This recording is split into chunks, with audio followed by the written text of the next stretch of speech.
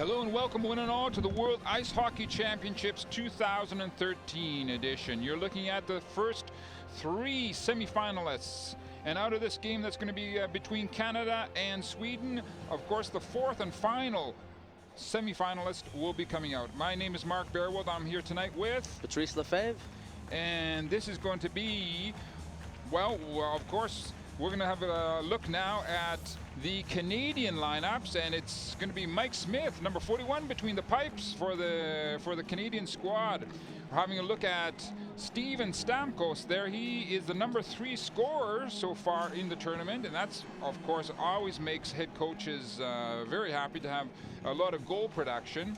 Again, we're looking at Jordan Eberle, and for players such as Jeff Skinner, they should have big breakout games, what I'm looking for the Canadian side. Absolutely. If you look at Eberle, he's got 0 goals and 5 assists so far in this tournament, which is very surprising for a guy like him. So look for him maybe for a breakout game tonight. In fact. And on the other side, with Sweden, with the addition of the Sedin twins, which they played against last game, put on a show. Those two guys with Eriksson.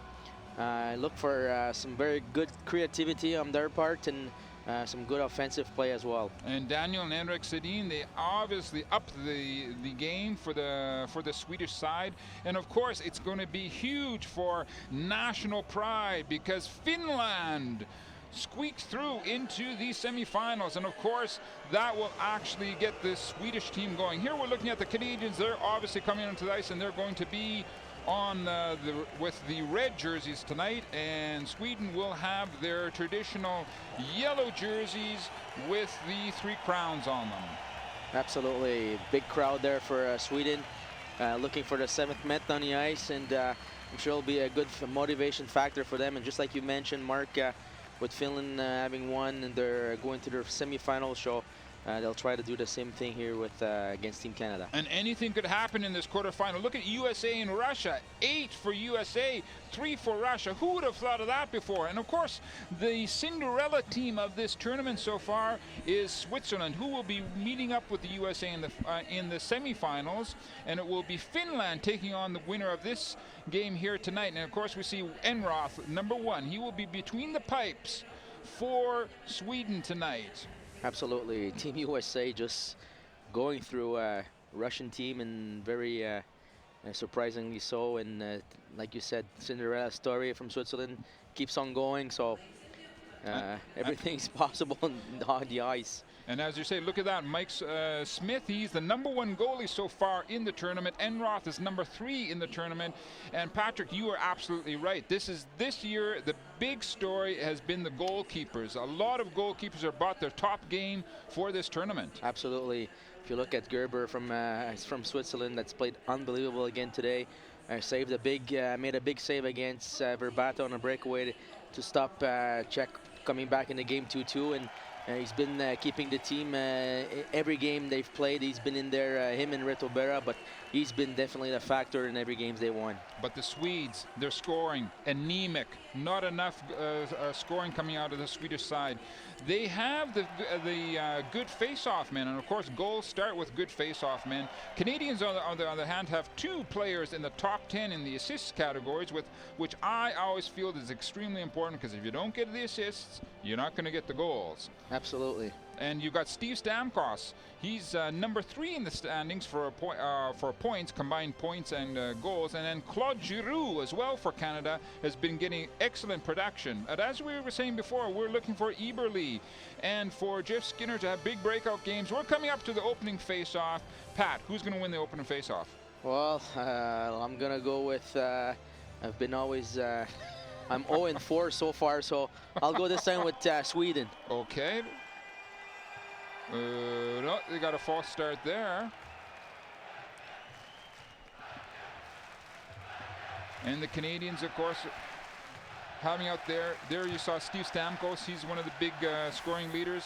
That face-off eventually came out to the Swedish side. They get it back to their D-men right up to the mid-ice area, dumping it down into the Canadian zone. Smith is one of those goalies who has no fear about coming out and playing the puck behind the net, giving passes to his defensemen. We'll see if Enroth as well has that same confidence. Again, the Swedes move that puck right down into the Canadian zone, jumping around into the corner.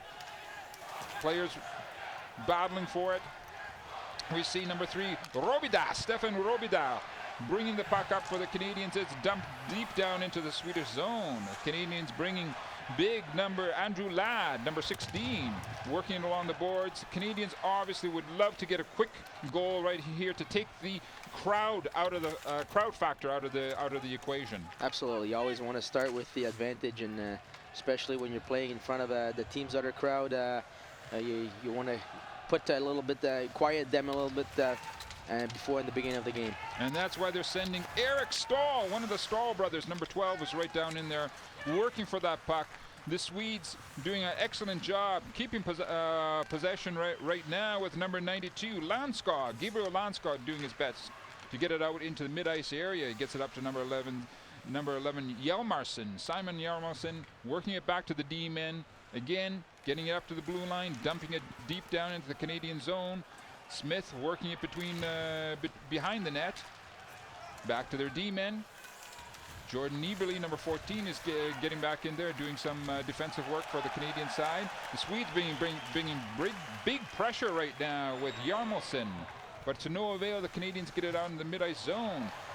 Here comes a quick shot. First shot Smith has to face tonight from the Swedes, right in that slot area. And again, Patrick, you were saying the Canadians have a problem protecting that slot or that high slot area. Absolutely, they have to make sure that they clog down, especially with the sit-ins when they're on the ice. They like to use the back of the net, and like we saw the last game, Dave played, made that little pass from behind the net in the seam in the slot, so you have to make sure that eliminate sticks, and there's always got to be somebody there to get them away of that traffic place. We're looking at Ruff and Martz, the head coaches for Sweden and Canada respectively. Both of their teams dropped the games in this preliminary round against Switzerland. Then they eventually got their wheels onto the car and got their games going for their respective national teams. And Sweden again has their play broken up in the mid-ice area. The teams exchange the puck. Eventually it comes down into the Swedish area. They take the opportunity to get the puck over to number 7, Talander. He dumps it deep down into the Canadian zone. Icing is waved off. Canadians getting organized, trying to get some pressure onto the Swedes. And in fact, it's again one of the Stahl brothers, Jordan Stahl, dumping the puck down into the Swedish zone, but to no avail. Swedes send number 22, Sedin, one of the Sedin brothers. He's content just to throw it into the Canadian zone and go to the bench and get fresh legs out on the ice. It's important, Mark, for Team Canada. Put a lot of pressure on their Ds, but as well, neutral zone, come out with speed. Don't just come out with 2 guys top of the blue line. Go out together as a unit of 5. In fact, not opening up any spaces for the Swedish side. There's a filtering shot that came in. Smith saw it at the last second, got that big right leg out there with that big pad to turn it away. Smith again throwing it right down the ice surface into the mid-ice area. Delayed offside against Canada. Swedes take the puck behind their own net, get organized. Mid-ice zone, offside against Sweden. I don't know if you noticed, Mark, that play from Smith trying to flip the puck in the neutral zone for a breakaway. And not a lot of goalies they can do that, and that's why sometimes, especially if the Swedish team makes a change, you have to be careful of that, because it can make a good pass for a transition and give a chance for Team Canada for a breakaway. We just were looking at some of the action of Oster Lindberg out there, getting that deflection that Smith was able to kick away. But yes, Smith, these goalies, with their ability to handle the puck, and in fact, Patrick, that was a good eye. They're opening up that opportunity of catching teams on the change and getting those long stretch passes right down the mid-ice area. And we see number 53 for Canada's out there, Jeff Skinner, out in front of the net. And the Swedes working it behind their net again. They've got big number Cronwell out there, number 4, Staffen Cronwell out there. Having big players like that, they take up a lot of space. There's a shot right onto Enroth. He squeezes it, and we will have a face-off in the Swedish zone to the left of Enroth, as we're looking at Colonel Carl Subban. He just came in from the Montreal Canadiens on the 15th of May. Absolutely, he's in the list for the Norris Trophy. He's one of the best defensemen in the league this year, and it's a great addition for Team Canada. If they can use him, especially on the power play for his shot, will be tremendous for them. And Montreal happens to be your hometown, does it not? Absolutely. And the Swedes come up with the puck. Oh, big turnover! Jordan Eberle shot right down onto Enroth. Rebound, the Stahl brother. He couldn't get it in. Those are the opportunities that the Canadian coach, Lindy Ruff, is looking for from his team. That line between Stahl and Eberle to get more opportunities. Here's the Canadians again. Well, good. That last slap shot coming in from Luke Shen. Great pressure from Team Canada. A little turnover from the Swedish defenseman to Jordan Eberle. Eric Stahl almost getting the rebound, and there we saw Luke Shen taking a good shot again and almost getting a rebound or deflection in front of the net. So we see that turnover right there. Eberle getting on it, shooting the puck at net, rebound, almost going in. That's what Team Canada has to do against the Swedish side. They've got Sweden as well. They're going to have to be much more careful about not being sloppy about turning over pucks in their own end. Here come the Swedes trying to get some pressure of their own. They've got big number 22, Daniel Sedin, one of the Sedin brothers out there in the corner fighting for the puck. Moving around, there's no penalty called on that last action in the Canadian corner. The Canadians come out into the mid-ice area. Looks like offside against Canada. Absolutely. Matt Reed had the puck. We saw Simmons going in. He was ahead of him, so all he wanted to do is for Reed to just chip the puck in so he can go get him and get some pressure and get some speed, and Reed held the puck and offside for Simmons. How many days do you think players need when they get flown in like this for these tournaments? They need 1 or 2 days to get acclimatized for the time change, or they get so hyped up for the games they're ready anytime, anywhere? Usually your first day, you're always, adrenaline is pumping and you're always 100% ready. It's just the nerves and the adrenaline. Offside there for Sweden. But usually it takes about 4 or 5 days to at least get your rhythm back, and your food and your drinking and everything at the same level as everybody else. So, but for hockey players, there's no excuse. You have to be ready right away. That's right. And we saw Prince Daniel, His Royal Highness of Sweden, he even came out to the game here tonight. Yeah, it's not easy for these players when they're moving across from various time zones and countries and continents as well. But here we have big number 5, Brendan Dillon, has the puck between behind the Canadian net, lets his teammates get organized. Cross ice pass that goes deep down into the Swedish zone. The Canadians coming on with Steve Stamkos. Puck ends up in the mid-ice area. Canada again trying to get itself organized. Andrew Ladd out there doing his bit, along with Justin Schultz. So far, both teams have had a bit of trouble to get sustained pressure in the other team's zone. A lot of play between the two blue lines. Here's Canada trying to catch Sweden on a change. Enroth turns that puck into the corner easily. Swedes getting organized. Coming up the ice with number 92, Landskog, Gabriel Landskog.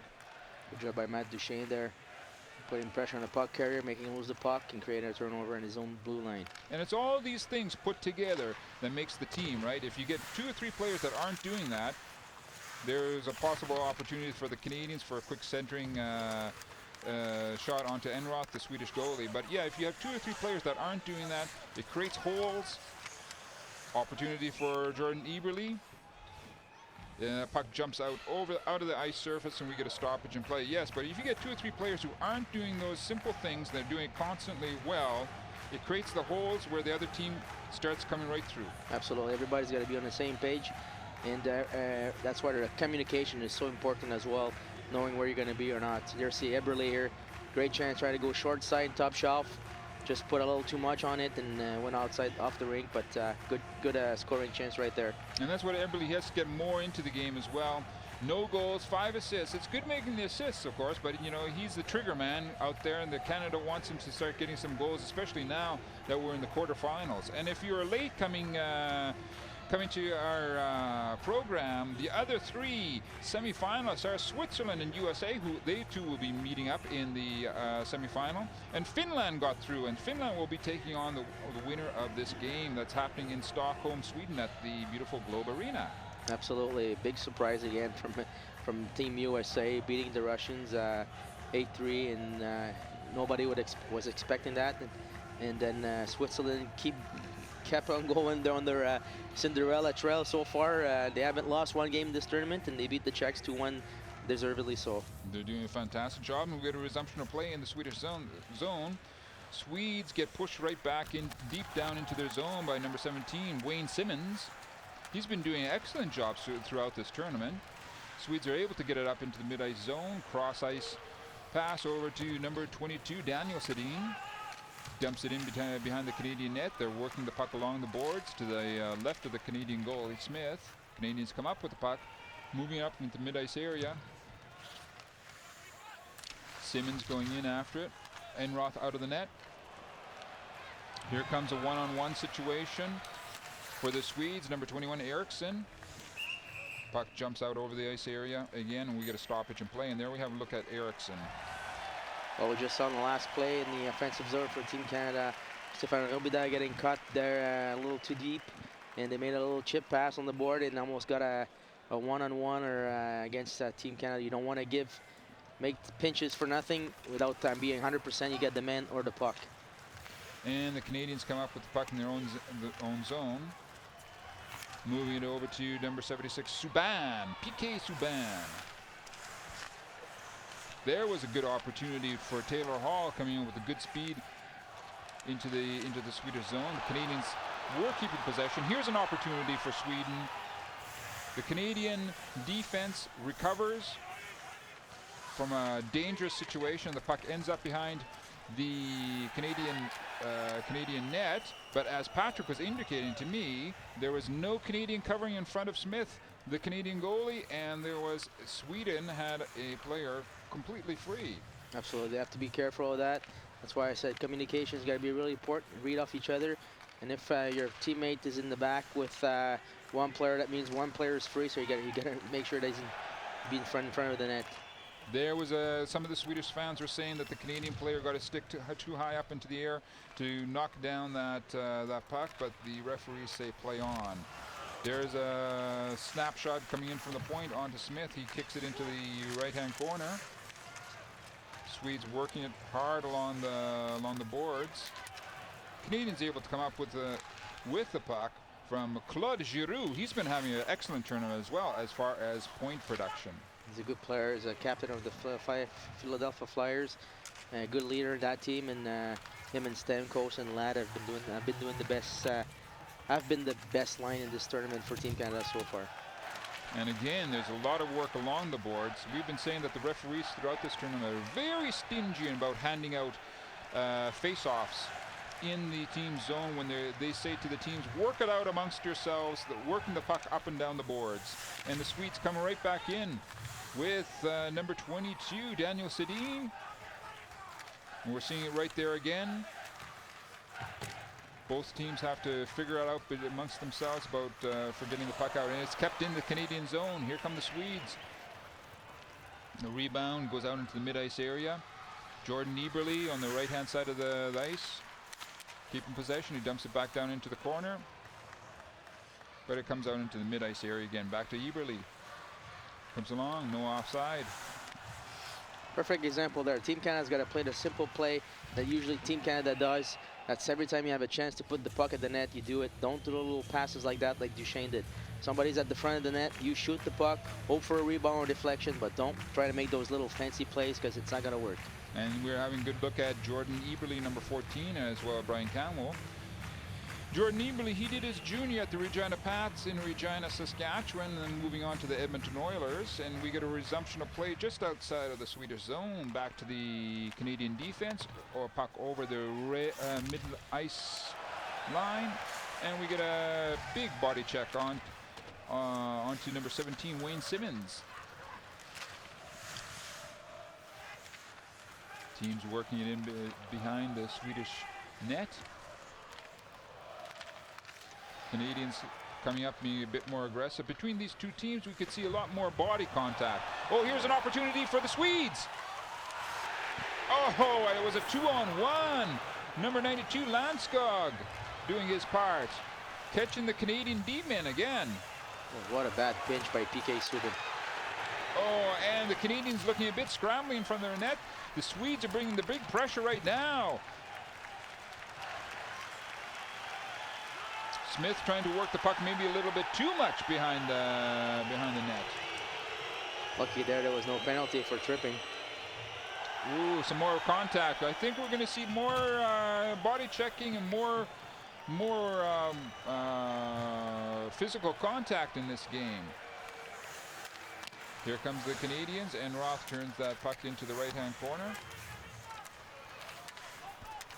And again, we got Taylor Hall out there, number 4 for the Canadians, but the puck comes out in the mid-ice area. Jeff Skinner does his best to try and break it up.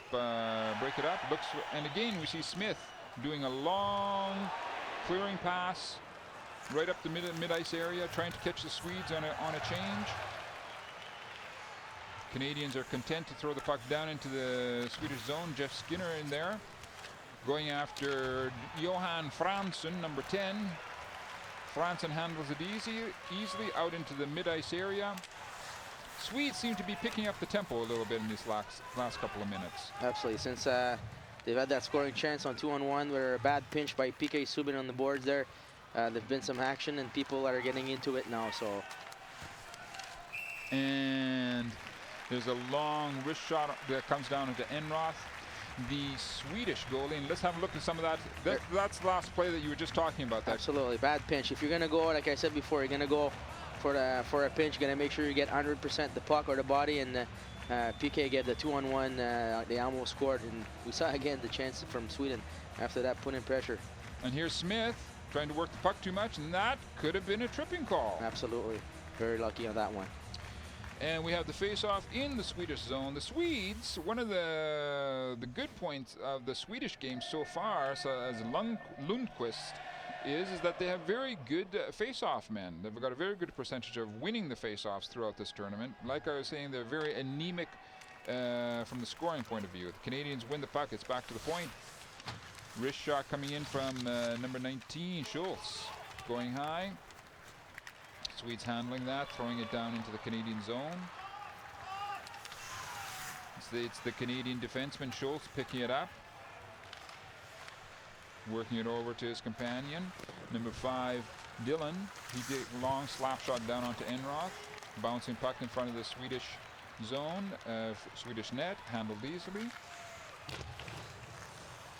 And once again, the puck goes off the boards out into the mid-ice area. Nice block shot by Schultz, the Canadian defenseman. Canadians trying to bring the puck down, stall, bringing the puck down into the Swedish zone, trying to get something going for his side. The Canadians looking a bit flat in this last couple of minutes. Subban, number 76 for Canada, standing up, number 7, Talander at the Canadian blue line.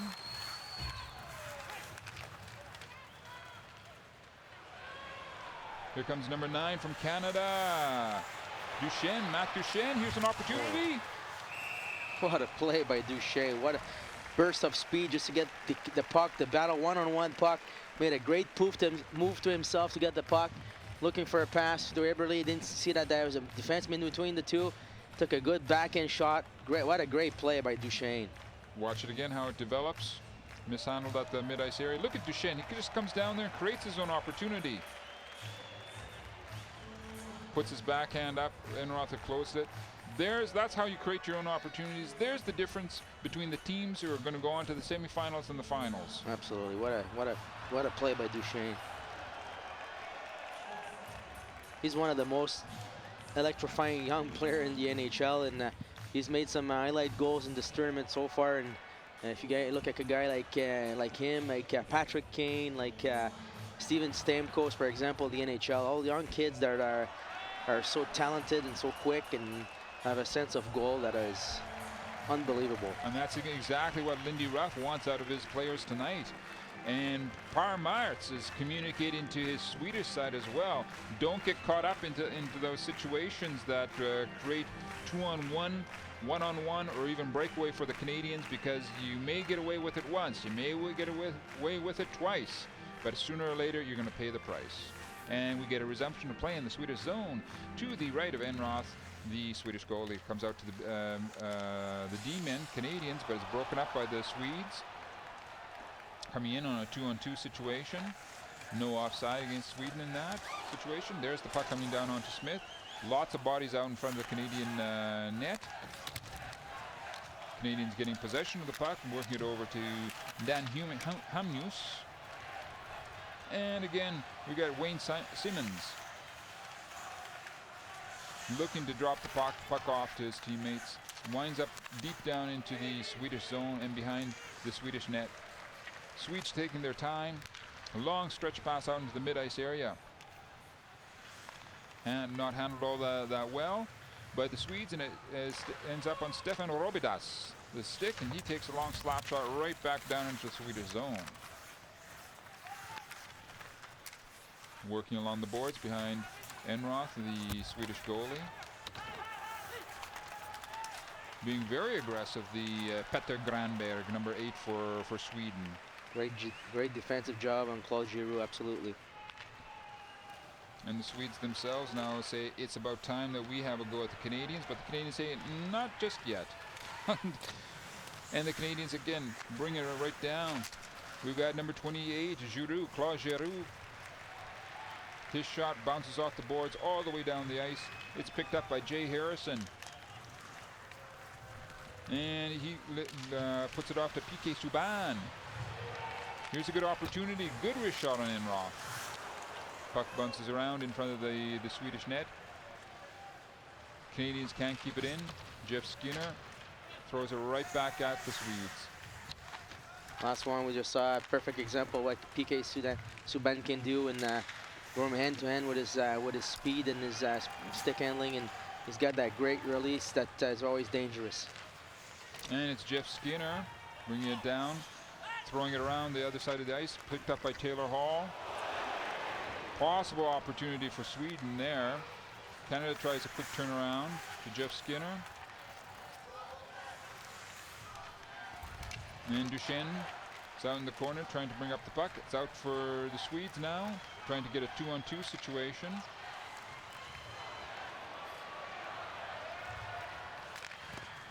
Long slap shot from the Stahl brothers. Oh, Canadian player is down. Big pain for Eric Stahl, I believe it is. Number 12, he's holding his right knee. Ooh, that doesn't look good at all. No, Eric Stahl from the Canadian side is down, holding his knee. Obviously great pain. No one likes to see players get into a situation like this, but both of these arenas in Helsinki and Stockholm have clinics right in the stadium, so if players need any medical assistance, they have it immediately. Let's see if the Canadian captain, Eric Stahl, can get off the ice on his own, and we'll see what happens with his, if he has any serious problems with his knee. This collision with Alexander Adler. Oh, knee to knee. So the referees are probably discussing if it's going to be a penalty against Sweden. Let's see how it happens again. Right, knee to knee right there. They're discussing right now if Edler, as you were saying, Alexander Edler is going to get a penalty, or maybe even in this situation ejected. Doesn't seem to be that developing right now. Stahl being helped off the ice. Well, I'm sure the Carolina Hurricanes are looking interestingly what's going on with their captain, and hopefully nothing is too serious for Eric Stahl. Yeah, there's Edler. He was the Swedish component of that meeting between the two players. He is getting well, I thought he was getting a penalty, and now he's going away from the penalty box. There's Stahl. He's going. I don't know if he's got a 5 minutes. 5 plus 20, yeah, 5 for knee in 20 minutes. He is obviously not happy about that, Edler. What do you say, Patrick? There was no really bad intention on that, or you really can't say? Well, right when you saw the replay, you don't see that it's really intentional, but he didn't make a move away to get away from it either. So right. His body position was the same as Eric Stahl, but when you see a guy in a vulnerable position, usually you're the one that's responsible to see what's going to happen of your action, and he didn't make a move to get out of his way and collided with his knee. So I think it's the right call. And this creates a huge opportunity for Canada. 5-on-4 face-off in the Swedish zone. It's going to be a 5-minute power play for Canada to end off the first period.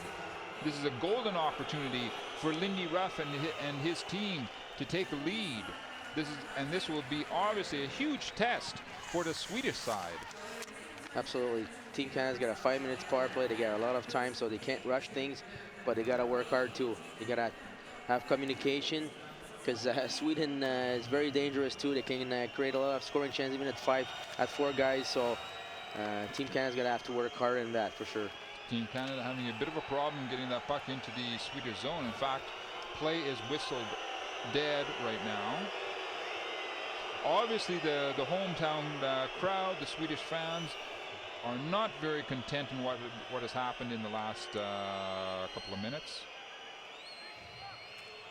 Well, you never want to see one of your best defensemen get out for the game, and I guess it's even if Sweden would win, I don't think he would be able to play the semis. So, but again, just hope Eric Stahl is not hurt seriously. So. No, and here come the Canadians. Big slap shot from the point. They've got Duchesne, Eberle out there, working the puck along the boards. Back to the point again. Puck is over to number 3, to Robida. Robida taking his time, working along the periphery of the ice surface. Into Duchesne. Back to Robida. Robida, it ends up on Subban's stick. Again from Duchesne over to Robida from the point. Back to Duchesne. Trying to get some penetration in on the Swedes. Swedes playing a very disciplined box penalty killing. Here comes the slap shot down onto Enroth. He handles that easily into the corner. Canadians mishandled the puck. It goes all the way down the ice. 3:15 left in the power play for Canada. Well, Canada's going to have definitely to put some more pucks at the net if they want to score. And you saw Sweden playing a good game here against PK Subban, taking away his one-timer. So. And here comes Stamkos. He wants to get something going for the Canadians, but they just turn over the puck to the Swedish zone, and the Swedes send the Canadians all the way down the ice. Smith handling the puck off to his defenseman Schultz. So I talked about before, Mark, with keeping things simple, getting pucks at the net, passing the puck, not trying to make some fancy plays. It's going to hit a skate or something and go back like it happened. So make sure you get traffic in front, pass the puck quick, shoot the puck, get yourself a chance. The Canadians establishing the presence in the Swedish zone. Gets over to Schultz, Justin Schultz. He's in the corner, along with Andrew Ladd. Here comes an opportunity for the Canadians, turned away by Enroth. And we get a stoppage in play. Penalty.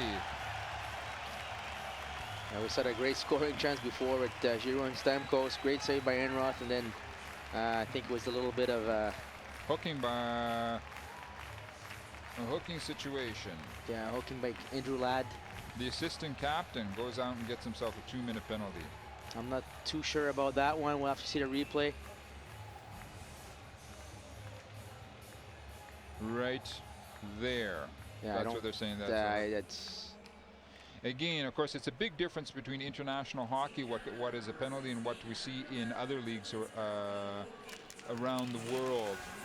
There was one of this Henrik Sedin taking the face-off for the Swedish side. The Swedes coming with some high pressure against the Canadians, keeping them bottled up in their own zone.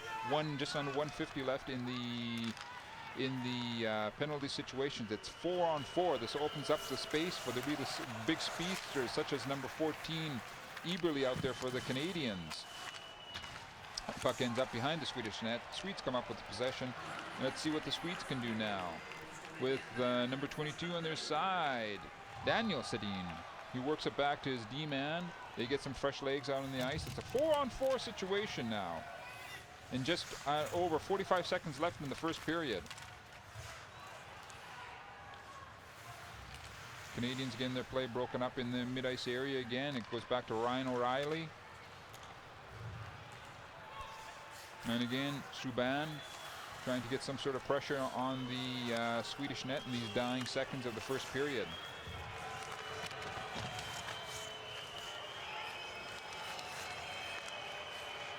Seems like a fairly sterile affair so far for the pressure from the Canadians. Just under 10 seconds now left in the first period. Puck coming right back in Enroth again. That rebound gets swept away just at the last second. And that's it. That's how it finishes the first period between Canada and Sweden, 0-0. Both teams are off to their dressing rooms as we have a look at Smith, the Canadian goalie. Both head coaches will obviously have something to say to their players. We will be back in just over 10 minutes' time.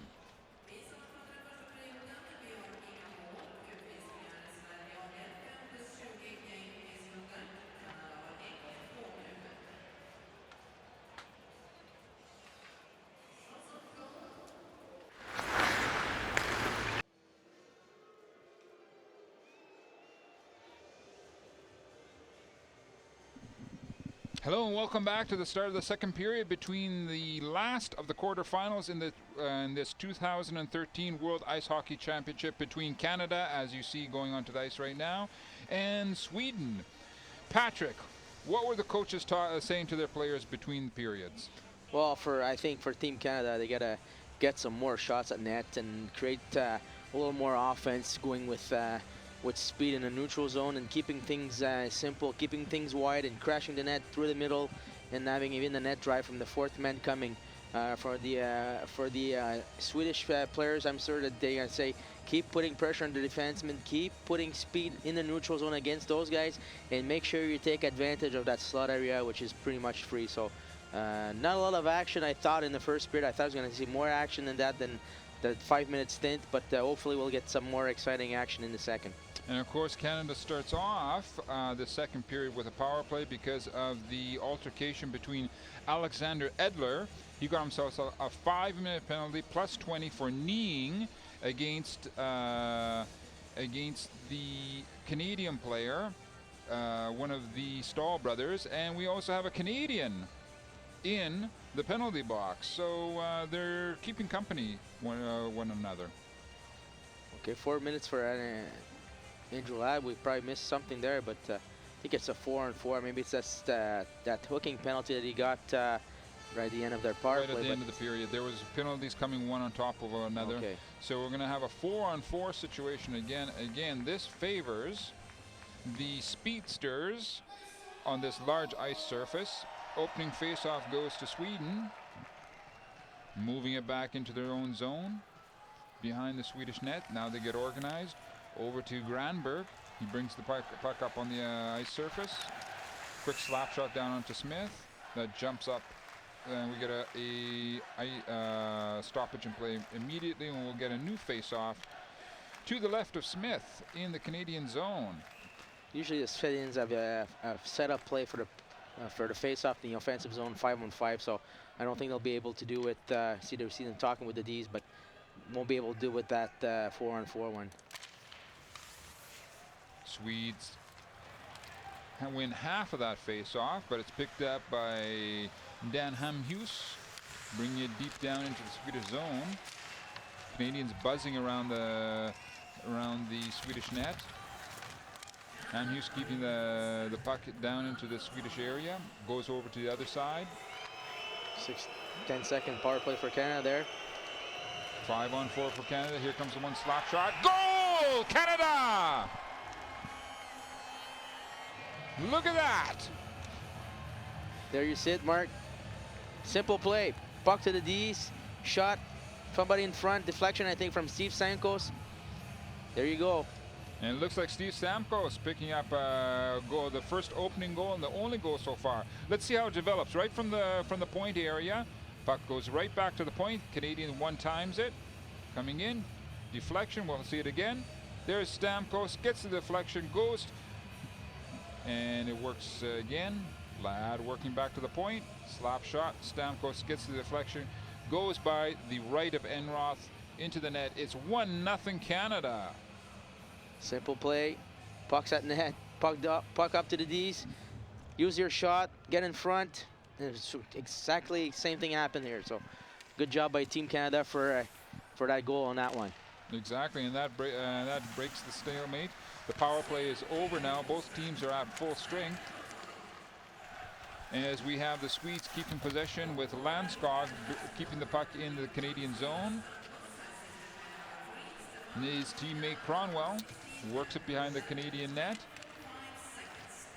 Aren't able to keep it in the Canadian zone. Here come the Canadians with Eberle throwing the puck right at Enroth. Bounces off into the other corner. I think the word in the dressing room was shoot, shoot, shoot, and from everywhere. So we just saw Eberle there just going with speed, using his protecting the puck with his body and getting a back in that net. So. And the Canadians are looking perkier at the beginning of this second period. Obviously, they see bringing pressure right there from Matt Duchene onto the Swedes. They can sense that maybe this could be their moment for the Canadians. They would love to pop in 2 or 3 goals right now in the next couple of minutes. The Swedes have to keep their poise. Don't get too far back on their heels. Stick to their game plan. Absolutely. Just saw that flip there from PK Subban, giving the puck back to the Swede, and you gotta make a rim or a shot or something, but not just give the puck away to Swedes goalie, and then they have puck possession. So might as well come back on yourself or do something else so we can recuperate the puck. There's Steve Stamkos. We'll have a look at his last goal. As it comes in from the point, he gets the deflection right in the net. 1-0 for Canada. And in fact, we saw an excellent slap shot from the Swedish player right down onto Smith. Had to make a good save. And there we see Per Martz again. He's in a bit of a situation where he has to look up and down the bench and see if he can't start getting some different combination of players to get some sort of goal production out of his team. As we were saying before, it's been very anemic from the Swedish side so far this year. There was a big turnover that almost changed the situation for the Swedes. They weren't able to squeeze it. And then I was trying to make a pass, but took his lead up for a second and lost the puck, so almost gave a good scoring chance for Sweden. And Dan Hamhuis is in the corner. Swedes trying to work the puck out in front of Smith, the Canadian goalie. It bounces off into the left-hand side of the ice. Ladd throws it down into the Swedish zone, following it up, trying to bring some pressure onto the Swedish players, forcing them into attacking against the Canadians. Here are the Canadians. Here's a good opportunity for the Swedes. Slap shot turned away. Bouncing off into the corner. Once again, the Swedes throwing it right on the net. There was a rebound there, but picked up by the Canadian defenseman. And that gives Duchene an opportunity to come back down onto the Swedish side. Great burst of speed by Duchene again, trying to use the defenseman as a decoy to shoot that puck. And it's the Eberle, Duchene, and O'Reilly combination out there. And it's Ryan O'Reilly right now working the puck behind the Swedish zone. Nice opportunity created by the Canadians. What a great play by O'Reilly, using the back of the net, making everybody turn their backs to the play, and Jeff Schultz coming in late for a good one-timer. So great play here, good heads-up play by O'Reilly. One thing Team Canada's gonna have to do is keep the puck behind the Swedish defenseman, not try to make the little pass in the neutral zone to create turnover. They have a great transition game, so just gotta make sure that they play a safe game, especially in that area. And that was Justin Schultz getting that last shot onto the Swedish zone. We get a resumption of play in the Swedish end of the ice. Canadians bring some more pressure, trying to bottle up the Swedes. And they get a break, almost got a turnover between Duchene and Eberle. But if they keep that up, sooner or later they will get results for that, the Canadians. The Swedes have to try and get some more offensive action against the Canadians, just like now. Oh, good play. Right there, Campbell had to eliminate the stick in front of the net, and he didn't. Almost got a deflection from Hjalmarsson. But that's one thing that Team Canada has to do better. In front of their net, move the guys away from their goalie and eliminate the sticks. There, the guy's got his sticks free. That can't happen. When you get a stick down like that, you can get any deflection with the puck going anywhere. Absolutely. And that's what Sweden has to do more of. Winning the face-off and creating more opportunities for themselves. And that puck bounces up out of the over the glass and into the netting. There we have a look at what the Sedin brothers. Daniel, he just came in with his brother from the Vancouver Canucks a few days ago, making their contribution not only to all the play for the Swedish side, but for the power play as well. So watch for Sedin to go if they win. You have that setup play on that right side and a setup play on the left side if in the offensive zone. So here come the Canadians. It ends up down in the behind the Swedish net with number 24 Matt Reed working along off to Jordan Stahl. His brother Eric hasn't made it back onto the ice. No. After getting that kneeing contact at the end of the first period. We're going to wait and see if we get any reports on what happens with his brother. Puck behind the Canadian net in the Canadian corner, out to the point area. Screen shot coming down from Talander, Henrik Talander. Number 7 took that last shot for the Swedish side. New Jersey Devil defenseman, NHL. One player we haven't seen a lot on the ice is Taylor Hall. Hasn't had a great tournament so far. I think he's made a couple of presents in the first period, and now he's making a present in the second. But he's a kid that's gonna have to pick it up. And there again, the Canadians getting into a bit of trouble in front of their own net. Able to get it out with Hall, bring the puck down the left-hand side of the ice surface. Swedes turn it around into mid-ice area. Here's a one-on-one situation. That shot coming in from a sharp angle from Landskog onto the Canadian net. Here come the Canadians creating a 3-on-2 situation. Jeff Skinner goes right in front of the net, just skips by Jeff. Good play by Duchesne there. Bring the puck back to Taylor Hall.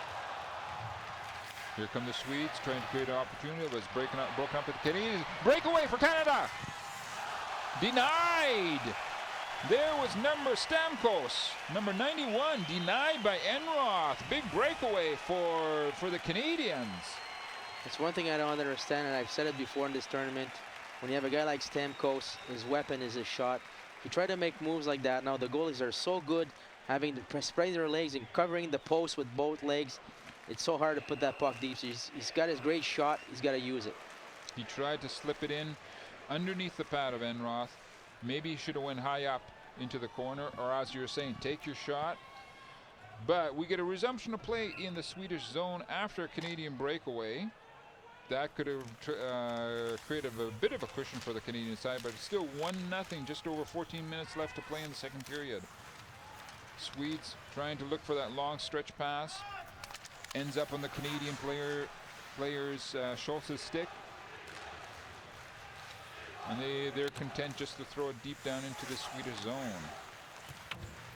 Ladd for the Canadians in there, picking up the puck, working it through the mid-ice area. Shot goes off the Swedish defender. We get a stoppage in play. Here's a bit of a fight, a bit of a scrimmage getting going from Giroux, Claude Giroux for the Canadian side.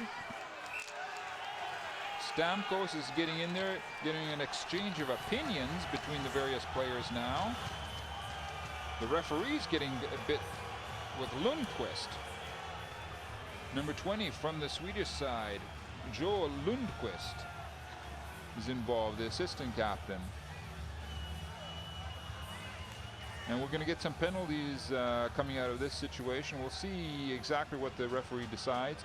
This is how it developed, that last action. The Canadians coming down, wrist shot onto Enroth. Look what happens behind the net. Cross check and slashing against Giroux. Was Jamie Eriksson started everything with Giroux. Stamkos continues on with Lundqvist.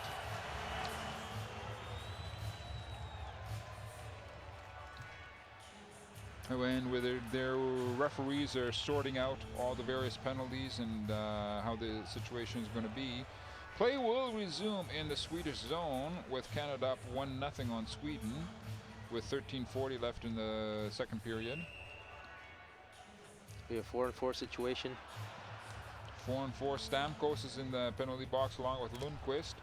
4-on-4 situation for 2 minutes. We'll see if opening up the spaces for the Swedes is going to be to their advantage or to the Canadians. The Swedes keep it down deep in their own zone with Brandberg. He lets it off to Talander, gets it back to Brandberg. Brandberg takes his time working it out into the mid-ice area. Dumping it off for Sedin, one of the Sedin brothers. Puck behind the Canadian net. Hanhus took a fall, but was able to get the puck down to Enroth. Long stretch pass. Broken off by the Canadians. Here come the Canadians. Here's Matt Duchesne. Oh. Nice shot. And we get a stoppage in play. What a good play by Duchesne. Using the defenseman again as a decoy and getting that quick release. So good protecting the puck too with his body. Enroth seeing some more action. Here's that last shot coming in from Duchesne, just going wide. And the players getting their sticks up too high, and we get a stoppage in play from the ref. Well, we're starting to see a little bit of bad blood between those two teams, so should get things a little more exciting for the fans as well. Well, as well, Sweden obviously doesn't want to lose this game here in front of their home crowd home crowd audience. Canadians keeping the possession of the puck in the Swedish zone in a 4-on-4 situation for just over 45 seconds again. Eberle behind the Swedish net works it out to the point. His teammate Harrison, Jay Harrison. Oh, Eberle got a rebound. What a nice save by Enroth. We saw a perfect example there, Mark, about putting the puck at net. Anything can happen. That play came out of nothing, nowhere, and that quick little rebound, and Enroth had to make a big save on that one. Exactly. And here come the Swedes. They want to do some more action of their own on the Canadian zone. Subban goes into the corner to challenge the Swedish player, but now it's out for the Swedes. Here's a good, excellent opportunity for Sweden. Smith comes up big, denying the Swedes. Franson. What a great play by the Sedins again. They have eyes all over the place in their head, all around their head, and make a nice move right there on the boards. Sedin, nice pass, yeah, to the defenseman. Hansen. Great play. Smith is able to get that shoulder in there. If you play the puck against those guys, you have no chance. So you got to make sure you get stick on puck and play the body. Make sure that they don't do anything else with the puck. Franson and Sedin seem to be gelling together. We'll see if they can get a few more opportunities. Coming up on, both teams are at full strength right now. It remains 1-0 for Canada. Canada coming out of its end, getting reorganized, getting a few fresh legs out onto the ice. Jordan Stahl is out on the ice right now. As we were saying, Eric stayed in the dressing room because he had a knee injury in the first period. Here's Eberle, quick shot onto Enroth, turned away. Good pressure by Team Canada right now. And we see Robida, Stefan Robida, working it up the ice surface. Taylor Hall trying to cause the Swedes to cough up the puck, and he does. Here's an opportunity for Canada. Wide.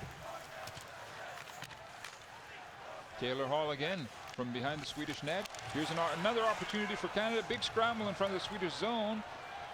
Swedes are able to get up in the mid-ice area, dump it down, immediately get some a line change out onto the ice surface. The Canadians do a quick turnaround with Brian Campbell out there on the defense, number 51.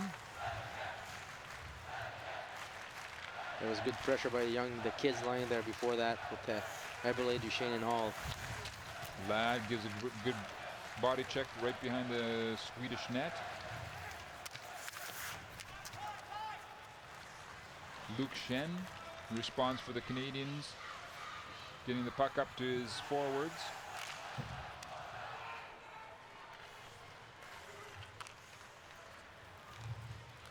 And the puck ends up on Pedersen's stick. He throws it right down the ice.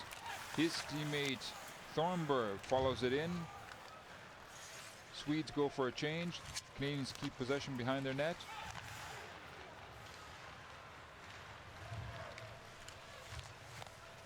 And that shot, well, there's a bit of shoving at the end of that action as well. Giroux, it was his last shot onto Enroth, the Swedish net. Well, it's shooting from everywhere right now, so that's the game plan in the second period for Team Canada, and with putting pressure on the defense, we're trying to cause turnovers. That's how that's going to make create some goals and out of nothing plays actually. And that's what the Canadians need. They need more goal production. Lindy Ruff, the head coach, would actually love to have more of a cushion. We're just over 9 minutes left in the second period. And the Swedes, here comes the opportunity for Sweden, deflected off into the corner. As we were saying, the Swedes have to come up with more goals. They've been having a bit of trouble with goal production throughout this tournament. Here come the Canadians. Enroth handles that easily. Good play by Matt Reed, and try to look for that little cute pass because their transition of Team Sweden is so good. Try to make a shot, create a rebound or something like that for Simmons and Stahl that were driving the net. And then we're looking at Parmarts. He has to be thinking of what he has to do to try and get his team back into this game. He knows it's just a 1-goal difference. 1 goal that can happen at any time in a game, changes the entire progress of this entire encounter. Swedes come up with it from their own zone, pulling it out into the mid-ice area, trying to dump it deep down into their own area, where Shen is working against Landskog. Canadians again dragging the puck. Stamkos.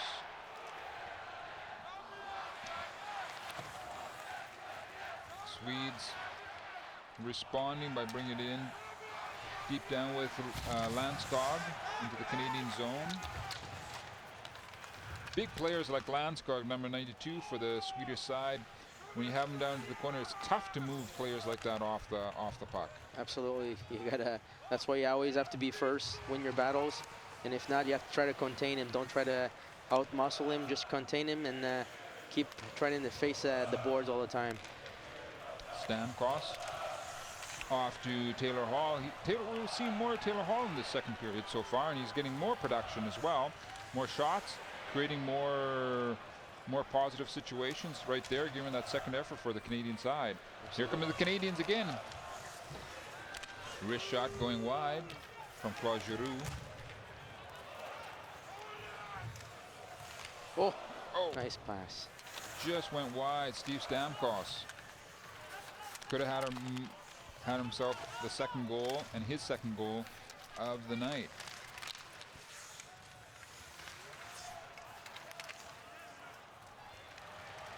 Talking about Taylor Hall there before, Mark, with the injury of Eric Stahl, so it means he's going to have some ice time, and hopefully he'll get use of that opportunity.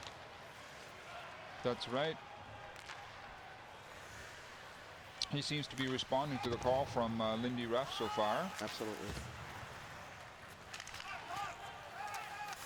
Steve Stamkos out there for the Canadian side. He has the only goal of the game so far.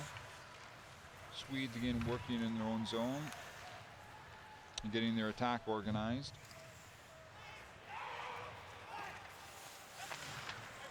Smith working the puck out from behind his own net.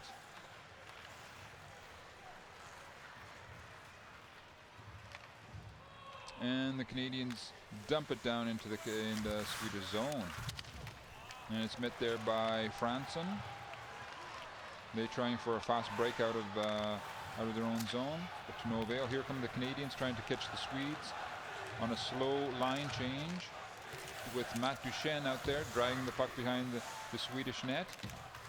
Jordan Eberle as well, trying to dig the puck out from the corner. It bounces out to the Swedish players, and they're trying to create a 2-on-1 situation with Danielson.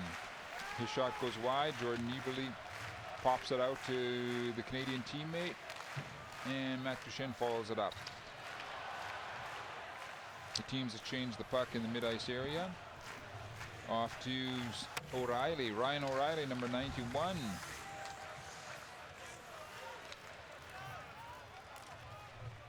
And the Canadians get Wayne Simmons out there. And Simmons picks up the puck again, getting organized for a side. Quick filtering pass in front of the Swedish zone.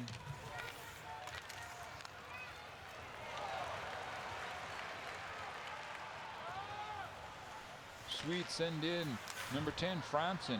Johan Franson, but he gets sent right back down into the Swedish zone.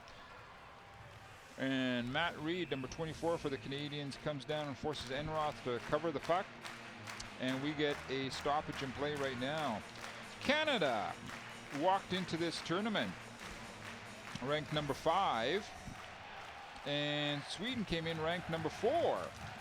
And we're seeing some of the action that's been, some of the shots that have been coming in. There we saw the captain Stahl when he got the need in the first period, number 12. Edler getting the boot for the Swedes. And there came the goal for Stamkos.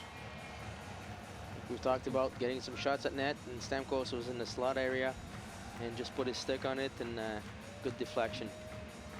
Could have had a second goal, that breakaway. Enroth stayed with him, squared to the puck, didn't bite for anything, and just made a great save there. It could be a 2-0 lead for Team Canada, but Enroth is holding the team of Sweden in the game.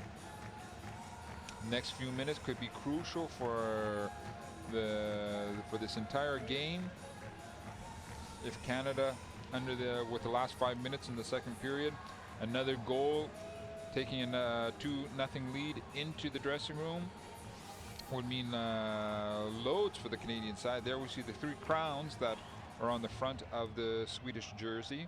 Obviously, the Swedes desperately want to get into a tight situation, taking a tight situation into the dressing room.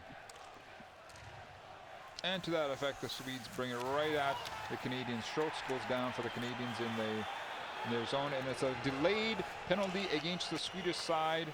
Canadians trying to get their goalie out of the net. There goes Smith. He's going off to the bench right now to get that 6th attacker on the ice for the Canadian side, because there's a delayed penalty against the Swedes. It's 6-on-5 right now for Canada because of delayed penalty call. And there we get the stoppage in play, and the Swedes will, Landskog, number 92, will get 120 seconds to sit down and meditate on what he was doing out there on the ice. Here, going into the corner, looks like he did a bit of a clutch and grab situation onto Schultz. Well, every time you put your hands around another player, or even the motion, and the guy falls down, it's a 2 minutes. With the new rules, you have there's no chance of escaping it. And that is exactly what Parmarts didn't want to be happening in these dying minutes of the second period. It's a power play for Canada. The Swedes are able to get the puck right down into the Canadian zone. Just over 4:15 left in the second period. Canadians getting themselves organized for their power play. Sweden once again having to do a penalty killing situation. Puck comes out to Ladd in the Swedish corner. Canadians keeping possession and establishing some sort of pressure and presence in the Swedish zone. Here's a scramble in front of the Swedish net. Enroth turns away 2 shots. Out to Claude Giroux. Slap shot from the point. Goes wide. Another deflection by Stamkos. Stamkos seems to be establishing himself right in front of the Swedish net. Just over a minute left in the power play for Canada, and just under 3.5 minutes left in the second period. Canadians dump it down into the Swedish zone. And that's turned around by Cronwell. Here's a possible short-handed opportunity for the Swedes. Well talked about before, Mark, about the dangers of Sweden playing 4-on-5, especially with the Sedin twins on there, and Team Canada doesn't work harder than that on their power play. It can play against them. Exactly, especially now. Just under 30 seconds left in the power play for Canada. Canada again having a bit of a lackluster power play situation. Saban out on the point. Here comes the big slap shot. Enroth saw it all the way down. A bit of a tussle in front of the Swedish net with Eberle and Simmons. Well, that's what Canada's doing a little more, especially with Subban. He's renowned for that big slap shot, and they got to use that to their advantage and put some traffic in front. We see the pass to Robida back to Subban. Great shot. Simmons got to be a little square that to the puck, to the goalie, so he doesn't see the puck that easy. There's some advice coming in from the crowd for the Canadian players. That's Subban's mom.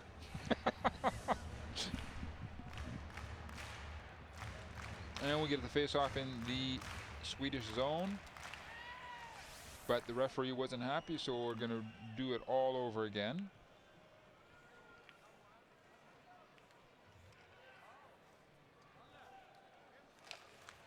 Now they get it right. Swedes win it. Stamp goes into the corner. Duchesne, quick centering. Pass out to Eberle. He was able to get a backhand onto Enroth, but Enroth squeezes it, and we are going to get another face-off in the Swedish zone. Parmart's looking a bit nervous. Obviously, he doesn't want to get his team into deeper problems with the last couple minutes in the second period. And again, we will redo the face-off. Pearson is thrown out of the face-off area for Sweden. Lundqvist comes in. You mentioned, Mark, Sweden's doing a great job on the face-offs. They're doing very good. You just have to put a few other elements together. Subban's shot goes off into the corner. Teams are back at full strength. Sweden trying to get itself organized, trying to get a few more offensive actions in this dying minutes of the second period.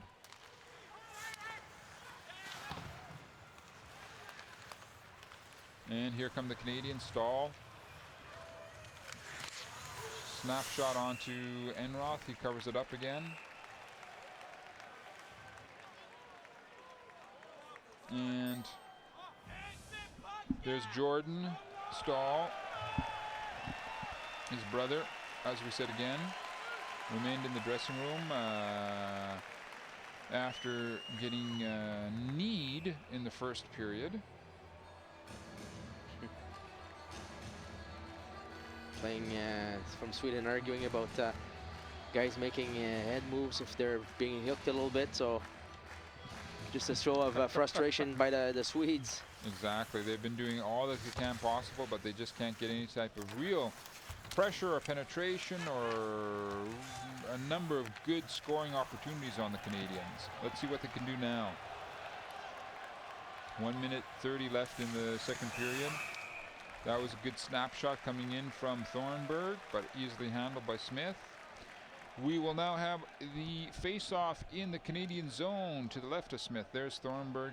Yeah, he was the Swedish player who had that last shot onto the Canadian net. I'll expect Daniel, once he wins the face-off, to go directly in front, especially Eriksson, and Henrik coming back on the boards, getting that puck. So the Swedes, if they win it, they're going to go directly in front of the net, try and flood the zone. Canadians come up with the puck though and thwart their plans. Let's see what the Canadians do. Just over 1 minute 15 left in the second period.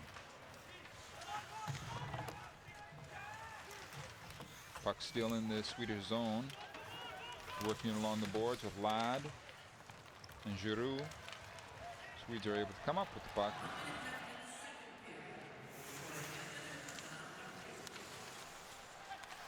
Swedes desperately looking to get some sort of scoring opportunities.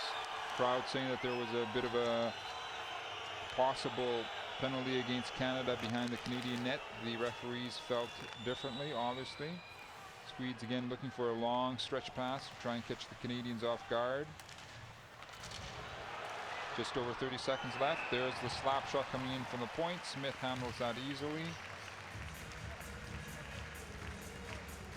Well, like I've mentioned before, before the game, with the Twins liking to make the plays behind the net, using the back of the net to try to find somebody in front in the slot, and we saw a perfect example right before. And then we see Sidin coming back, doing a Gretzky turn, using his defenseman for a good shot in front of the net. And we're going to get the face-off in the Canadian zone. Bit of pushing and shoving between the forwards.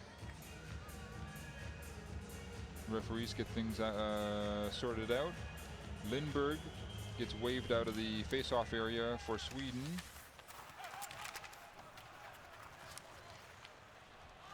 Canadians come up with the puck, are able to get it out into the mid-ice area. Ryan O'Reilly. Cronwell takes the puck off his stick. And the Swedes get thrown right back down into their own zone. Under 10 seconds left in the second period. Here's a possibility for Jordan Eberle for Canada. Has it off to the point. Last shot. Goal! Oh, is that going to be goal? Yes! The referee... No, okay, now hold on. The referee immediately said that he's going to go upstairs and they're going to have another look at this possibility. Look at that. What were you saying, Patrick? Go out, create opportunities for your own team right at the last second. Absolutely. Great forecheck. Created a turnover. Great smart play by Eberle that saw Subban in the back coming in. Subban didn't think 1 second. Put the puck in front. A good deflection. Now watch up in your right-hand corner. Was there still time there? No, I think it was all. No. It was already zero. Yeah. I think they're going to wave that goal off. A little closer than that on the real life.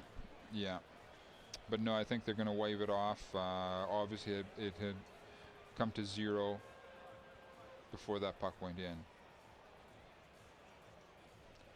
Much to the chagrin of the Canadians. No goal. No goal. And that's how we're going to end the second period. A big scare for Sweden. Stamkos thought that he had number 90, O'Reilly, thought he had taken it to 2-0 for Canada. It stands 1-0 for Canada. We're going to take a break. See you back in just over 10 minutes.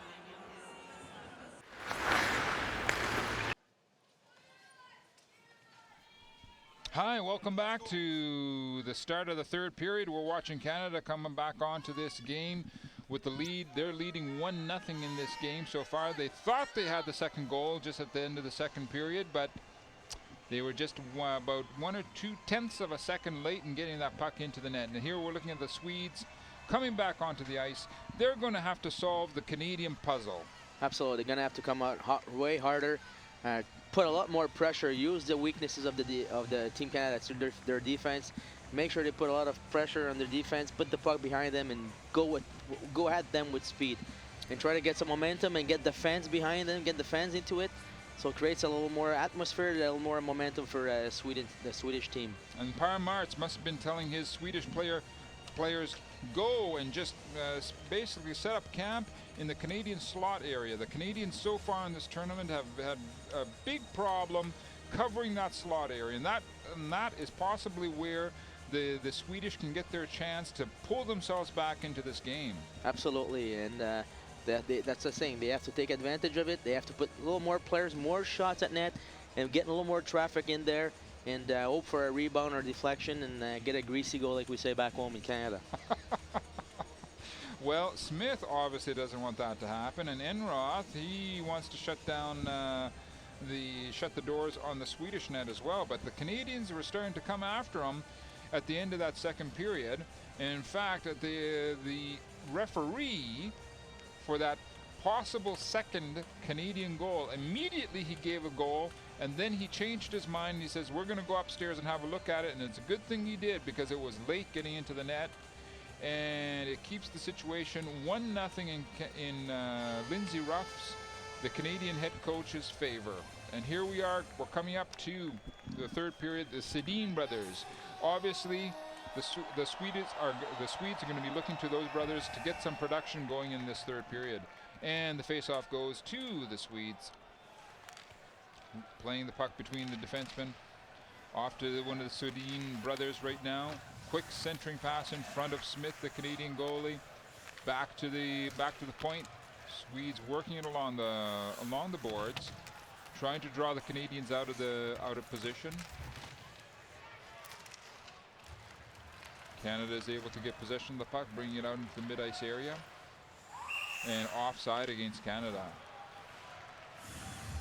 Canada's going to have to be careful as well, not take any penalties. Don't give Swedes power play opportunity. Like we talked about, the sit-ins are very good with their power play and their setup and their organized play. So make sure you play disciplined hockey. And that's as well, discipline, and not get pulled into any type of roughhousing around the Swedish goalie after the play has been called, because the referees have been very strict on handing out penalties in those type of situations. You're right there about Matt, especially their retaliation ones. Ryan O'Reilly moves the puck over into the corner, letting it off to his teammate Subban, who moves the puck up to Duchesne. Oh. Quick snapshot down onto Enroth. Good job by Duchesne, getting the puck wide, going with speed, shooting the puck at net. You had O'Reilly coming in as a second man, crashing the net. If Enroth loses the puck, there's a loose puck, there's a chance for a rebound. So good, simple play, but sometimes those plays are the ones that are most effective. They get the most production as well. And Duchesne, he's been bringing his A game so far, bringing his speed, creating opportunities, creating all sorts of headaches for the Swedish defensemen. Absolutely. Swedes now want to get something going for themselves. So they send number 27, Jimmy Eriksson, tries to get the puck down to the Canadian zone, but to no avail. Simmons comes up for Canada, throws it in behind the Swedish net. Stahl brings it out, snapshot, and yes, that's the Canadian approach. Keep throwing that puck right in front of the Swedish net, looking for rebounds, looking for tip-ins, looking for a puck going, deflecting in off a skate. Swedes a little bit bottled up in their own zone right now by Stahl and company. They decide to get fresh legs out onto the ice. Sedin to Sedin. One brother to another with the pass. Obviously, Pierre Martz has decided to try and change up the lines a bit. Claude Giroux gets the puck into the Swedish zone. Here's a possible turnover for the Canadians, but the Swedes cover up. Come right back at the Canadians with Louis Eriksson throwing it into the Canadian zone.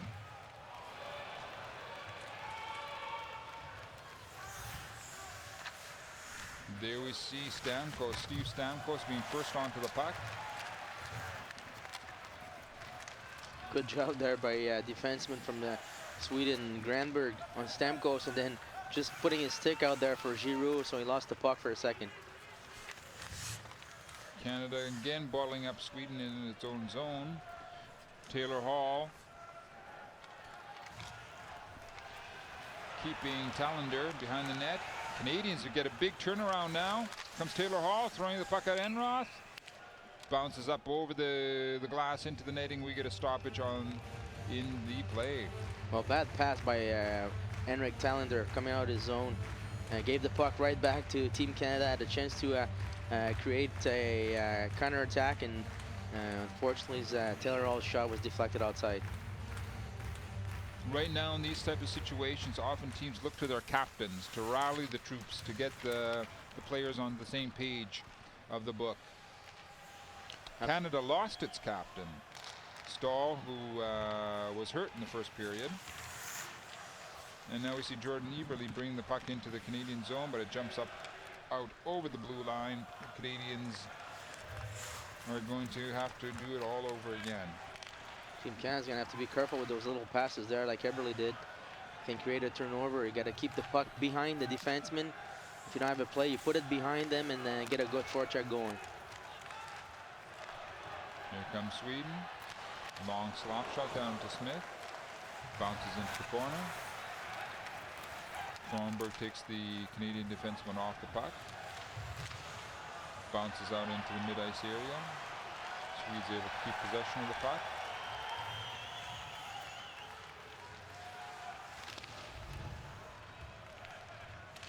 Matt Duchesne as well throws the puck right back at the Swedes. Teams getting fresh legs on the ice. The Swedes tried to do a quick turnaround, but the Canadians were able to get their defensemen out on the ice. Swedes were trying to work along the boards. Here it comes out to the defenseman Talander from the point. It isn't able to get a good shot in. Here's an opportunity for Sweden. Oh, just rolls to the left of Smith. There's a perfect example of that slot being open for Sweden. Here come the Swedes again. Puck ends up in Smith's glove hand. Saw Lennon-Skog try to make a pass. Got deflected by the defenseman and the puck was loose and he was able to recuperate the puck and take a shot. So Team Canada's going to have to be a little more aggressive on that. Here we see him again getting a pack again inside 4 Canadian players and not being touched for it. Oh, just going wide. Looking a bit better, Sweden, right now. There we can see again that last attacking opportunity for Landskog and the Swedes. Well, they have no choice to put pressure on Team Canada, and they have to create a lot of try to create turnovers like what happened and put pressure. And like you've talked before, get shots in front of the net and be in front of the net for deflection or screens. Of course, if the situation prevails, the longer it goes on into the third period, the Swedes are going to have to start risking with the defenseman. Penalty coming. The penalty coming up right now, probably against Canada. Delay of game. Delay of game. This is the opportunity that Par Martz was looking for.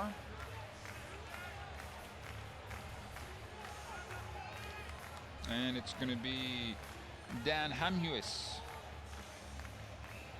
in the penalty box for Canada. The Sedin brothers are out on the ice for Sweden. We have the face-off in the Canadian zone. Swedes keep possession in the Canadian area. We saw that setup play by the Sedins there. Around the circle. Like to make a little cycle between themselves and give the puck back to one of the brothers going in the middle. Swedes so far seem to have a fairly effective power play. This situation, moving the puck faster and more effective around the periphery of the ice surface. Here's the big slap shot from the right. Goal, Sweden! That was a big slap shot coming in from the point area on the power play for Sweden. All tied up 1-1. Danielson, Nicholas Danielson gets himself a goal. Well, we just saw the Sedins and controlling the puck behind the net and going on the half boards, cycling between himself again like we talked about. Again, there's that cycle I talked about, going in front, bring some traffic, great shot. Nothing Smith could do, he couldn't see the puck. Watch up from the point when the slap shot comes. There it is. Look at all the bodies in front of Smith. 1, 2, 3, 4, 5, 6. They were clogging up the point, the slot area in front of Smith, the Canadian goalie. We have the game is all tied up. 1-1, Canada, Sweden. Just over 14 minutes left in the third period. And now we have a game. Exactly. Oof. Oh, look at Smith. Almost mishandled that puck. Bouncing it out in front of his empty net. Here come the Canadians. Maybe this is a wake-up call for the Canadian players. Now the fans gonna start getting into the game and give a little more adrenaline to the Swedish players. And the Swedes all of a sudden have definitely picked up the tempo of their game. Canadians forced to throw the puck right down the ice surface, icing against Canada. Well, amazing how one goal can change the entire pace of a game as well. There we're looking at the goal scorer for Sweden. Again, look at his big slap shot, one time yet right from the point. Danielson. There it is. The Sedin brothers, as you were saying, Patrick, cycling the puck right back to the point. Simple as that. Get it back to the point. Clog up the slot area.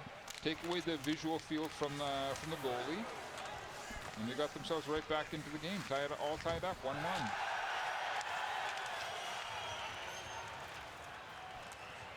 Swedes now coming after the Canadians. Taylor Hall trying to change things around for the Canadian side. Takes a quick snapshot, goes off into the corner.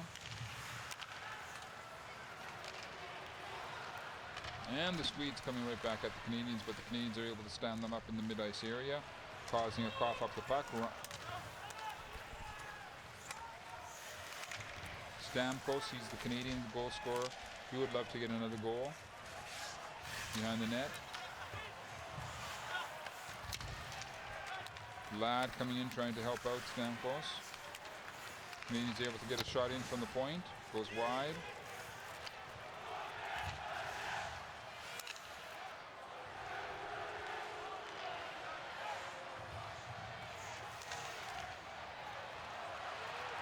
And here comes Sweden once again, throwing it deep down into the Canadian zone. Thornburg out there for the Swedes. He's been having an excellent game, getting a lot of ice time right now. Takes a long snapshot down onto Smith. Tries to follow it up. A little bit of a change in the game right now. Momentum's on the side of Sweden. After that goal, getting a lot more aggressive on the puck and making a little more things happening in the offensive zone. So Team Canada can't just play on their heels. Exactly, just like Lindy Ruff just said right now. Come on, boys, you got to bring the play to them. Make sure that they create things, but don't wait for the play to happen. So, well, in fact, all of a sudden Sweden is a totally different team. And let's have a look at what's been happening so far.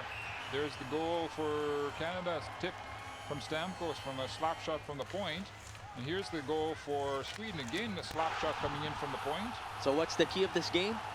You tell me. That you shoot puck from the point, you get the puck from north to south, get pucks at net, get traffic just like it happened, get deflections, block the goalie's view, and that's how it's not going to be a pretty given goal play that's going to happen. The next goal is going to be scored is a simple play with a shot on net, a deflection, or traffic in front.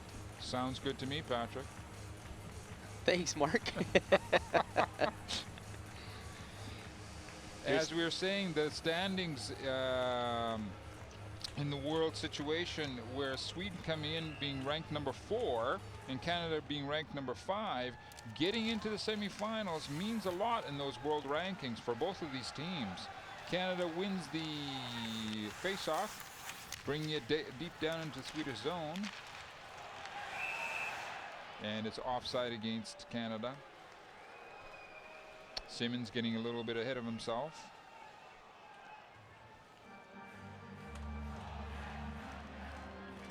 Ruff seems a little bit more preoccupied than he was before. Rightfully so. That's why, well, when you got the Sedin brothers out there, as we were just looking at them, they make things happen. And, of course, you want a little bit of a cushion. Here comes Stahl. Quick snapshot in on Enroth from Matt Reed, number 24. Enroth covers up and we'll get a face-off in the Swedish zone. Good play by Reed, getting the puck in his skates, getting a quick release, not trying to make it a little deke or a nice little play. Just put the puck at net. Then what happens is there's an offensive face-off and you win the puck and then things can happen. Exactly, that's 5-on-5. Canada, Sweden, all tied up 1-1. Puck bounces out into the mid-ice area. Subban throws it deep down into in the Swedish zone. Puck gets by Eberle. Out onto Langskog's skate, or stick. And that shot from the point area jumps out from number 11, Jarmosen. Jumps out into the crowd, so once again we get a stoppage in play. There was good stick work there by PK Subban, putting his stick right in front. So if that shot went in, it was deflected outside. Getting a good crowd out here tonight watching this quarterfinal. Just over 11,000 in Stockholm.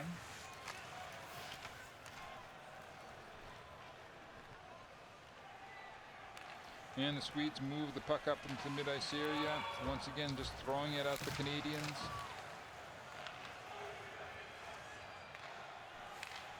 Canada is able to push the Swedes back.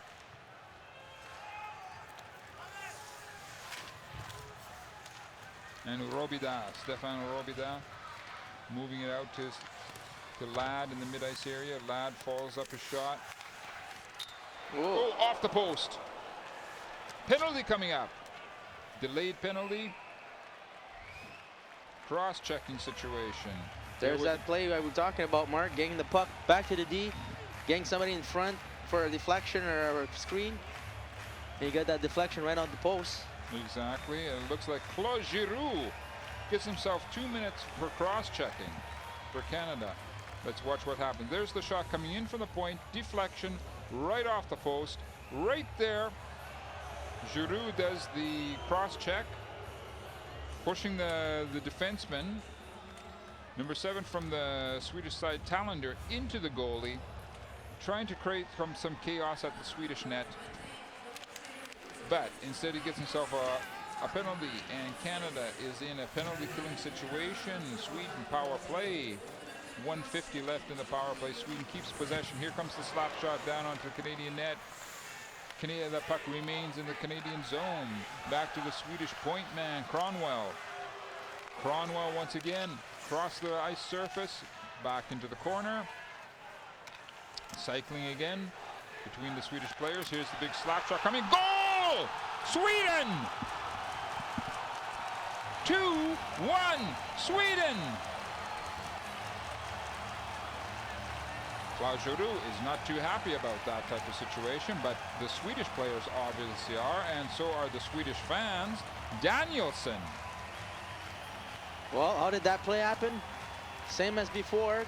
Little cycling between the brothers. Getting traffic in front. Eriksson's been doing a good job on that first goal, and that second goal again. You see him right in front there. Just get the puck, right? You see Eriksson right in front of Smith. Just in front. Doesn't see that shot coming. Great shot, great play.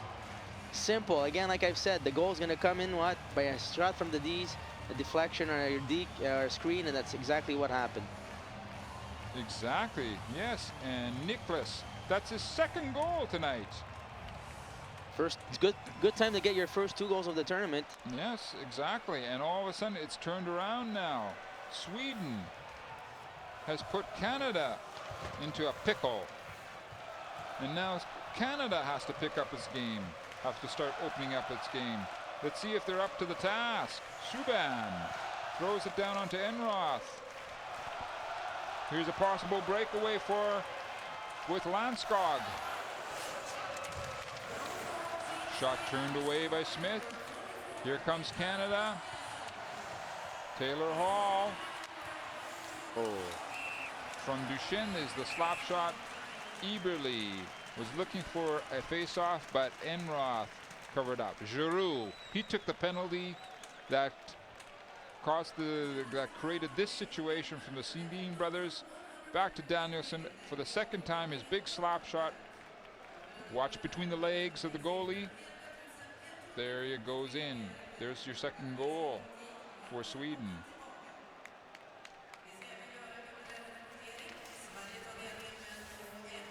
Canadians have the puck on the Swedish point. 9.5 minutes left in the third period. Sweden's turned it all around. Canada desperately trying to break up the Swedish play, bringing as much pressure as they can, trying to cause a cough up of the puck. Giroux does. He throws it right back down into the Swedish zone. O'Reilly and Stamkos out there. Goal, Canada! 2-2. It looks like Giroux. How did that goal happen? Pressure on the defenseman of Sweden. Create a turnover. Get the puck back. Quick pass in front of the slot. Shot on net. Claude Giroux. Well, yeah, you saw him coming on the ice with a mission in his eyes because of that last goal he was able to give on the power play for Sweden, and now he gets back, so he's in the good grace of his coaches again. And look at that, the pass that was coming. Watch Giroux. He takes the pass off his skate, off his left skate, puts it up, has enough time as well to snap it right up over Enroth's right shoulder. Great pressure by Canadian players on the defense, causing a turnover and a goal situation for Team Canada. And there you go. You have the situation all tied up now, 2-2. Jeff Skinner trying to hunt down the Swedish player to take the puck off of his stick. They do cause a turnaround. So if I'm Lindy Ruff right now, I talk to my players and I say, get off of the penalty box. We saw what happened. Twice we gave them the power play situation, and twice they scored goals. So that's the key. No penalties. That's right, and keep working like Stahl is right now. Oh, there's a possible situation where the Swedish player went down, but no penalty called. Offside against Sweden. Offside should be face-off. Sorry, should be in the Swedish zone. There's Giroux. He just got the second goal for Canada, tying the game up at 2 apiece. Well, we got some exciting hockey, that's for sure. Exactly. We're coming down to the last minutes in this last quarterfinal. Canada has Duchesne out. Duchesne and Eberle out on the ice. Lundqvist was taking the face-off for the Swedes. Back to the point. Subban has it into the corner. Taylor Hall working hard to get the puck in the Swedish zone. Puck come back to Duchesne. Out to Eberle, just jumped over his stick. It gets out to the point. Subban, cross ice shot. Here come the Canadian slap shot, deflected off into the corner. Eberle working with Duchesne to come out of the corner. Great pressure by Canada. The last 3-4 minutes. Oh, miscommunication. Subban leaves it for Stamkos. Carries it into the Swedish zone. Back to the point. Not able to keep it in. Robida is not able to keep it in the Swedish zone. Swedes regroup. Getting good penetration down into almost into the Canadian zone, but the Sedin twins have put themselves offside. We saw Robida getting the puck on the blue line, looking for that pass. He was already there, but there was no play. All he had to do is put that puck back inside and create a forecheck again on those players. Claude Giroux is going over to the referee, having a few words, getting his opinion known. You gotta admit though, it was a 2-minute power play. It was 2 minutes for a cross check. Right after the play, the puck was gone, and cross check the defenseman to the goalie. So that was a deserved 2 minutes. As much as it hurts me to say.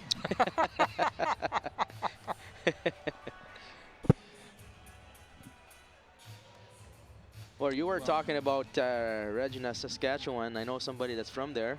Yes, who's that? Was that you? Yeah, that's right. There you go. That's right. From Regina, Saskatchewan, and Quebec and Montreal have produced numbers of players who have gone on to the NHL throughout the years, throughout the decades. And of course, our transmission is followed quite a bit in Canada and throughout the various Canadian provinces, and we do take an opportunity to say hello to everybody. Absolutely. And there we are looking at Claude Giroux. He's on the bench. He was able to get the game all tied up. It's just under 7.5 minutes left in the third period. Now we're going to see if the Sedin brothers have if they're money men, as they say, and they're going to be able to pull this game out of the hat for Sweden. Well, you talked about before the Eric Stahl being the Canadian captain and leader with in that team, Team Canada. There's a lot of leaders, and Giroux is a captain of the Flyers, and we just saw what leaders can do. And in fact, you saw, as you were saying, you saw as soon as he came out on the ice, he was going to go out and try and make something happen, and he did. Absolutely. Canadians have the puck. Stahl has the puck behind the Swedish zone. Back to the point. Quick snapshot down onto Enroth. Turns it into the corner. And once again, the teams are battling for the puck along the boards. Simmons has it back down into the board area as well. Ryan O'Reilly does his best. Puck bounces out into the mid-ice area. What a smart play right there by O'Reilly. Canada trying to bring as much pressure as possible on to the Swedish players. Frederick Pettersson brings it into the Canadian zone. Canadians are able to come up with the puck. Bounces off a player. Pettersson picks it up again. He's followed up by Cronwell. Good second effort from the Swedish players, breaking up the Canadian attack. Good job right before by Campbell, getting the puck out and paying the price on that hit, but making sure that puck is out of his zone. So Landskog trying his best to get possession of the puck into the Canadian zone. Canadians coming right back at him. Here comes the, one-timer just about from Canada in front of from Claude Giroux and Cora. He wasn't able to get good wood onto that shot. Thrown right back down into the Swedish zone. And looks like Claude Giroux, the Canadian side, lost his stick. He's moving back towards the bench area now.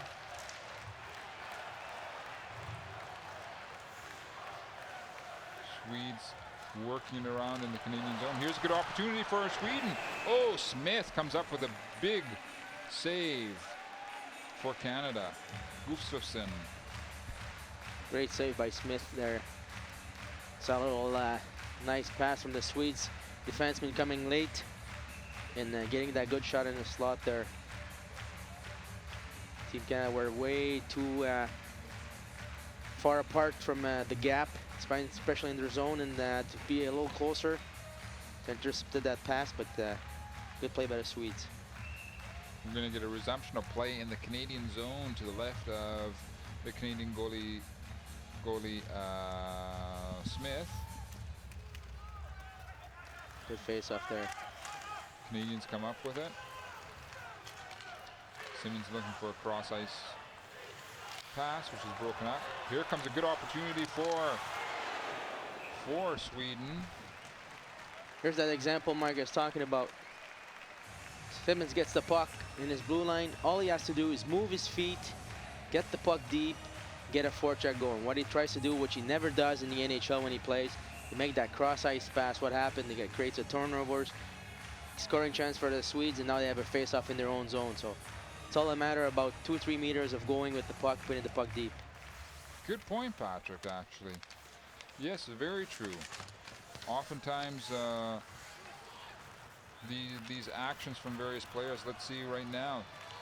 That's how you do it. You just carry it down. Stahl carries the puck right down. Didn't get the penetration down into the Swedish zone, but again, he didn't create a situation where there was a possible turnover or turnaround for the Swedes. And there we're looking at one of the Sedin brothers, who's been out there and making a big contribution throughout this game for the Swedish side.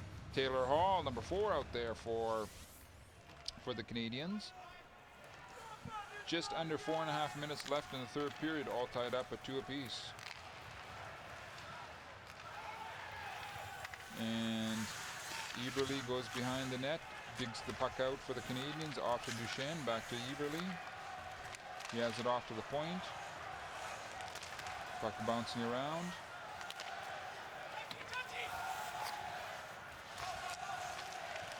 Oh, centering pass right in front of the net for the Canadians. The Swedes are able to handle that pressure from the Canadians. Eberle comes up with the puck behind, off to the right side of the ice for the Canadians. And it's thrown right back down into the Swedish zone. Both teams going for quick changes. Nobody taking long shifts out there. 20-30 seconds at the most. Players are out. Here come the Sedins, trying to create the situation. Oh, nice opportunity created for the Swedes. Good play there by the Swedes.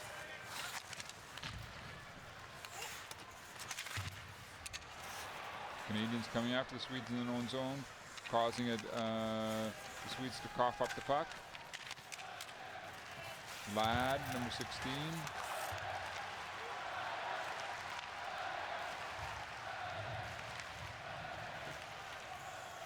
The Swedes themselves bring that puck deep down into the Canadian zone. Daniel Sedin working for it.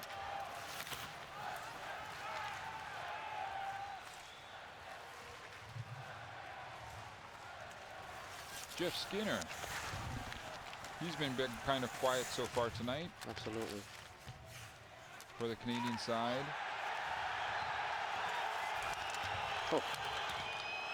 No penalty being called there. 2 minutes, 20 seconds left in the third period. Canadians bring as much pressure as possible onto the Swedes. Muscling the Swedes off the puck. Out to the Canadian point.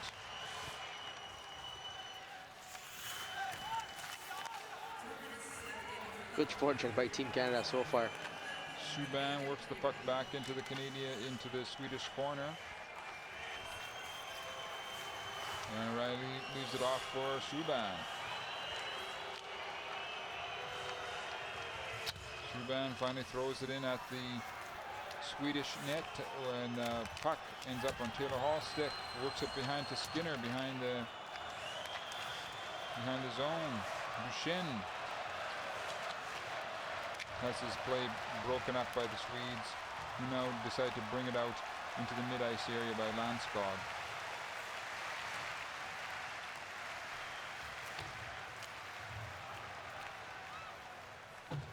Eberle working it up the far side of the ice. Oof. And once again, the Canadians keep on coming at the Swedes. Oh, good play. Centering pass in front of the Swedish net. And from the point, here comes the big slap shot. Goes wide. 40 seconds left. Here come the Swedes. Shot goes wide. Canada looking for the big stretch pass. Broken up. Just over 30 seconds left in the third period. Well, some good action both ways. Good pressure for Team Canada. Absolutely. And then the Swedes get a good chance coming back and transition. Sedin brothers' attack is broken up in the mid-ice area. Sweden looks like it's going to try and get that one last shooting opportunity onto the Canadian net. And it looks like it's going to end that way for the third period. 0-0. We're going to overtime. Well, ends 2-2 in regular time between these two teams. A lot of good action in the third period. So some good goals. 2 from Swedes and 1 from Canada. But we saw that the play picked up a little bit, and looks like the guys listened to us. That's right. So now there's going to be a short break. And then we go into an overtime period.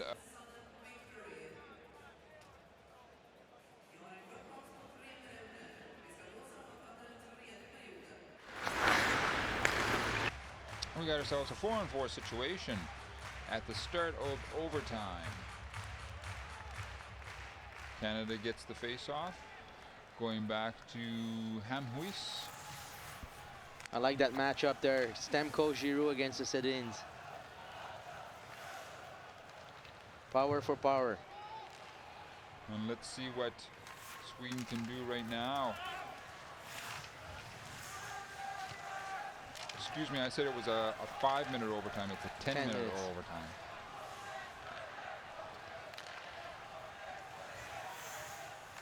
Sweden keeping possession in the Canadian zone. Canadians able to turn that around. Hughes takes the puck right back behind the Canadian goal. Leading it off for Subban. Getting it over to Eberle. Working it along the blue line. Forced to dump it in. Duchesne tries to follow up. Force a turnover.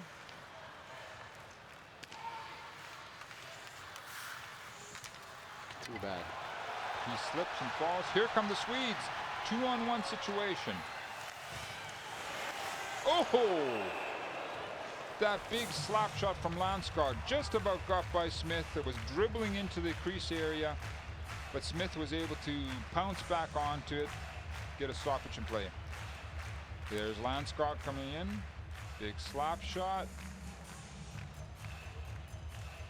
Getting he was able to. And he had the puck, and he thought the puck was out. Couldn't feel it anymore. He had it, and then he almost puts it back in the net. Good back check there by PK Subban. Too bad Duchesne fell down with the move on the boards. And But that's the situation where 4-on-4. When things like that happen, it opens up all sorts of space and opportunity for the other team. So you have to be extremely careful. We may be getting a goalie change here, and we do. Markstrom will be coming out for Sweden. Enroth is coming off.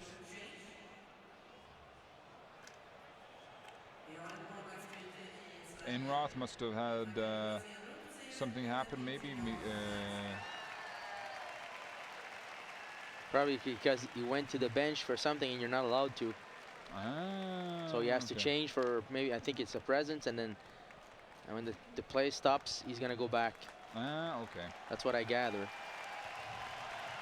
There we have Markstrom.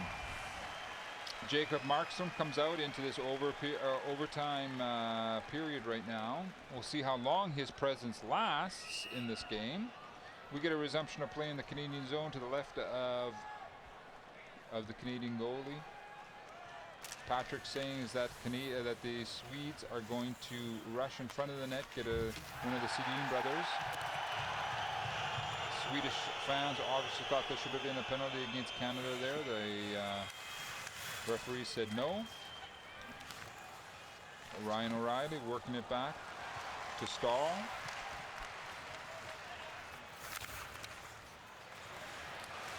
Here's back to the Canadian point. Oh. Looking for a tip in. Good play. Canadians need more of that in this overtime period. Welcome in the game, Markstrom. That's right, yeah. Big tussle for the puck from Stahl. Canadians able to bottle up the Swedes in their own zone.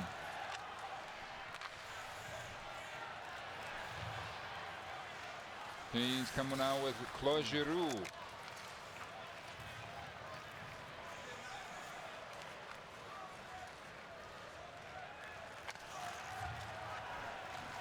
And we have Tallender bringing it down the ice for the Swedes. Landskog again out for the Swedes. He's getting a lot of ice time.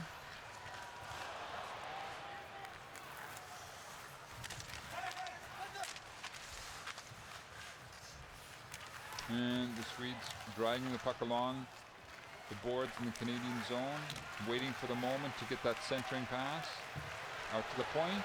Here comes the shot from the point. Oh, just deflected wide.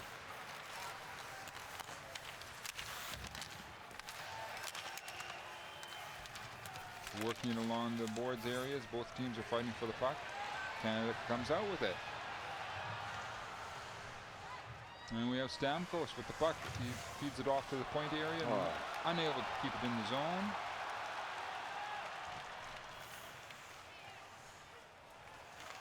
And the Swedes work their cross ice area. But before that, we just saw the puck. Icing against Canada. Just saw Stamkos. There's that goalie change right there. We just saw Stamkos make a pass to defenseman. I think it was TJ Brody, and the pass just jumped on his stick, came back close to Shen, and Shen, instead of going towards the puck, came back, let the 2-on-2 come in. Now we've got Enroth back out into the net for Sweden, and it's Lindy Ruff calling a timeout. Good call, because he's got Ladd and Stamkos that are there. They're not centers, so I'm sure he wants to put a centerman on that important face-off that we'll probably see the Sedins on the ice. So that was a good timeout to call.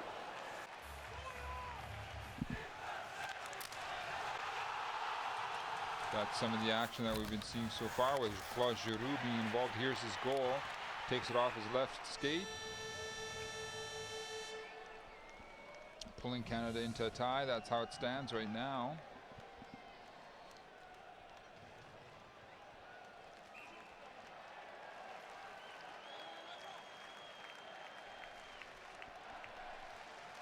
And we get a resumption of play. It's still 4-on-4 in this overtime format, obviously. And the face-offs in the Canadian zone.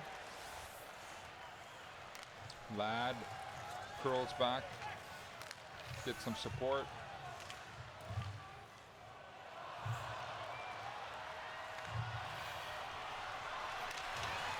Oh, great play by Amos.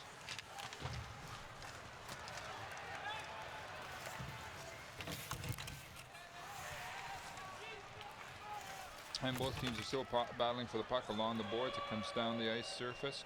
No icing called on this. Good move by Canadian coaches, putting Imus against the Sedins. Imus plays with the Sedins in Vancouver, so he knows a little bit of their tendencies, so can counter them easier than the other guy that's not used to them.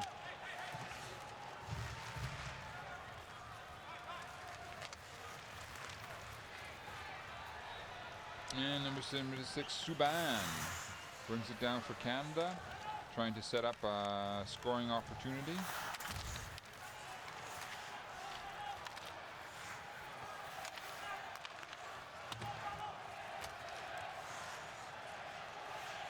Canada dragging the puck behind with Ryan O'Reilly behind the Swedish net. Dropped off for Subban. Eberle tries to create something for Canada. As this game wears on, you're going to have to wonder which team has more gas in the tank. Ooh.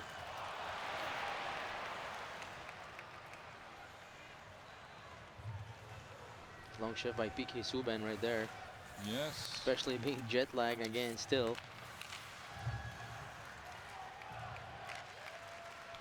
Swedes are able to break up the Canadian attack in the mid-ice area. 42-31 shots for Team Canada. Just under 4.5 minutes left in the overtime. Here comes Landskog again.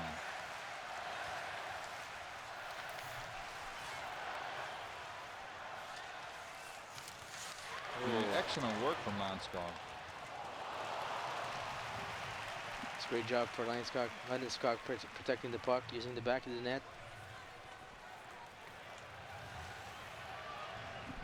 Saw a great defensive play there by Gustafsson.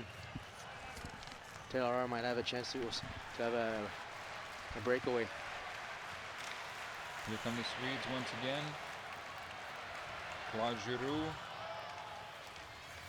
pulling the puck down into the Swedish zone, showing lots of strength to hold off 2 Swedish defenders. Swedes showing some bit more energy in these last couple of minutes than Canada. They seem to sense that maybe that Canada is a bit tired, back on its heels, that this is the moment to come after Canada. Canada takes the opportunity to get fresh legs on the ice, such as Jay Harrison and Jeff Skinner. Subban out there again. He has the puck right now.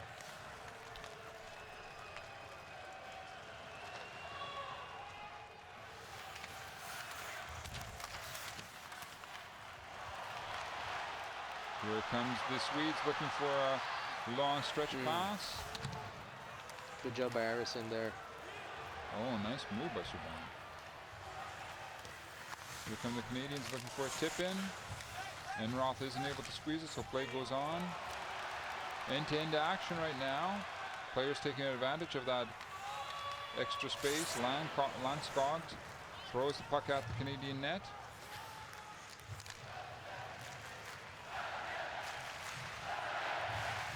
Canada gives it a try this time.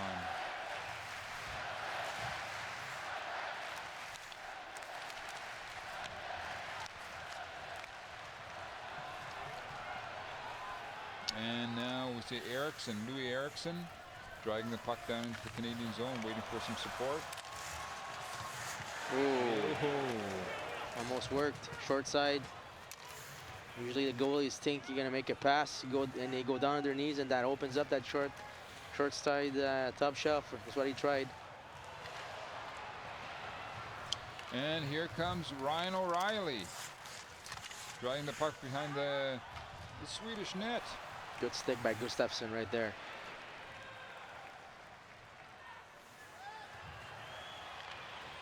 Long stretch pass up to Jordan Eberle. Oh. He gets pulled down in the corner. No penalty.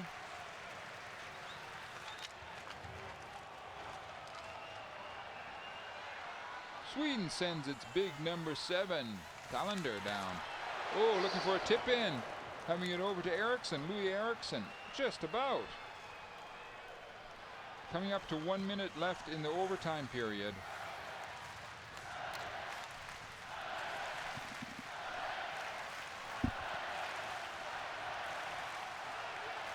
And Landskog dragging the puck down into the Canadian zone for the Swedes. The Swedes taking their time, setting up their presence in the Canadian zone. Looking for that shot. Here it comes. Wide. 40 seconds left in the overtime period. It's important to have some fresh guys there on the ice right now, because when you're tired, that's when you make mental mistakes. Can cost you. So you make sure that they switch players off the ice, Team Canada. That's why they got Steve Stamkos out there, showing some good speed. He's going to go for it, looking for that one last opportunity. Hamhuis throws the puck right back down into the Swedish zone.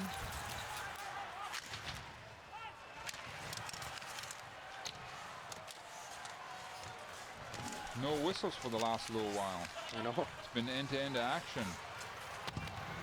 0, that's it. Overtime is finished. We're going to shootout.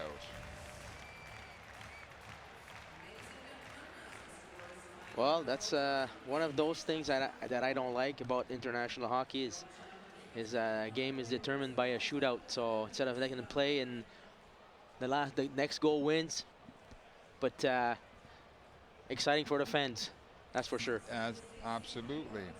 And Patrick, as you're saying, a lot of these players, when they're going for their shootout, for their penalty shot on the goalie, they're going for the deke. They're trying to deke out the goalie, and you say they got to go for their shot, go for their money shot, whether it's a high or between the ribs and the elbow of the goalie, or between the legs of the goalie. They should be shooting it. Instead, we've seen many players trying deking, but obviously it's getting more and more difficult because the goalies are getting bigger, especially the American goalie.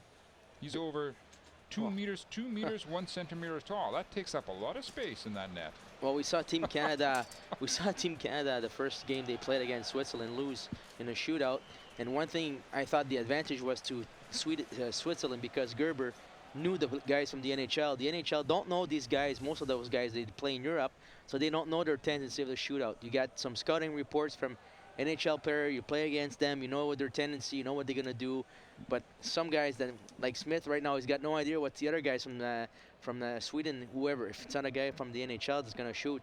The advantage of Enroth and the other goalie, Markstrom, they play in the NHL. They know the tendency of the guy. So I always think that side that Sweden has an advantage on the shootouts, like Switzerland had an advantage against when they won in the shootout. Exactly. We'll see Enroth. Both of these goalies, Enroth being number 3, Smith being number 1 ranked going into today's action. And so we're going to see some obviously some good defense from the goalies. We're going to see if both teams have the firepower to get some goals by these fellows. I would obviously say that Sweden will be sending out the Sedin brothers, and Canada would probably be sending out Eberle, Duchesne, could be Giroux, as well as I would say even Jeff Skinner. You guys think about Stamkos as well. One of the most prolific goal scorer in the last 3 years in the NHL. So you're right. Okay, we could throw him into the mix as well. Then on the other side, you got the Sedins. You've got Louis Eriksson. You got Landeskog. And you got Nicholas Danielson that's got the 2 goals tonight. When a guy is hot, sometimes you gotta throw him in too. So a big defenseman. Yeah, why not?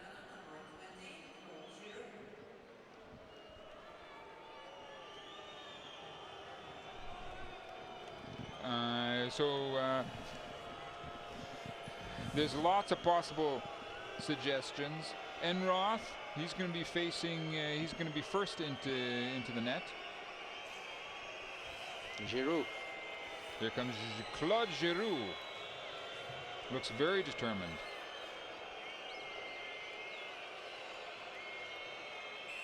Might go on the back end. Likes to do that. Take the shorthand, go back in. Oh. Oh, went for the deep. No goal.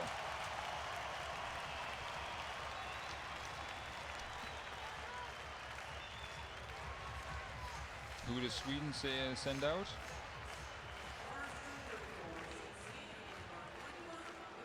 Eriksson.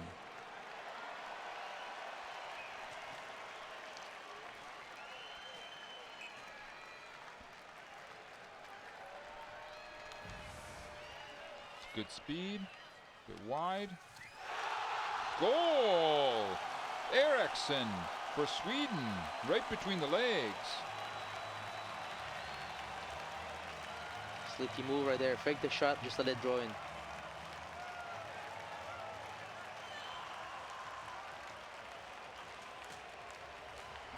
Now we got Jordan Eberle out there for Canada.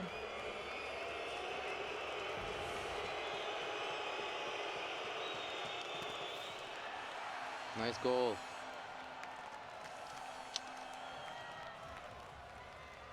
All evened up between the 2 teams.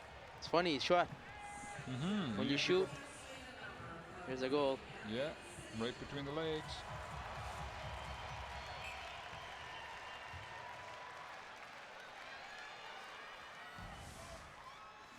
Here comes the Sedin brother.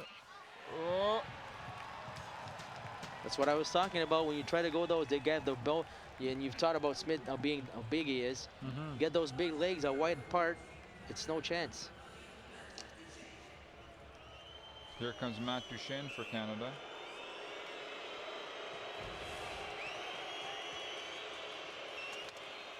Oh, tried a quick snapshot from far out. Enroth was up to it. And Roth was waiting for it too.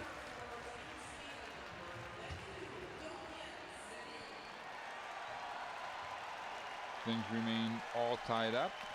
The other Sedin. Daniel this time.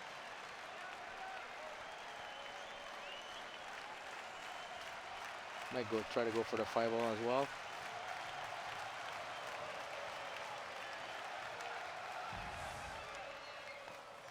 No, denied. And we go on. You got to go with Stamkos. Yeah, I think you're right. I think Canada probably send out Stamkos. Or Eberle again. Yeah. Now Sweden goes. Probably going to send Eriksson again because he scored. Oh. Pettersson. Getting a good run at it.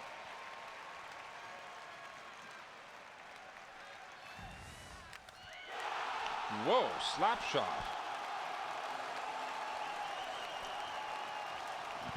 There you go. The big slap shot from Pettersson beats Smith. You don't see that all that often.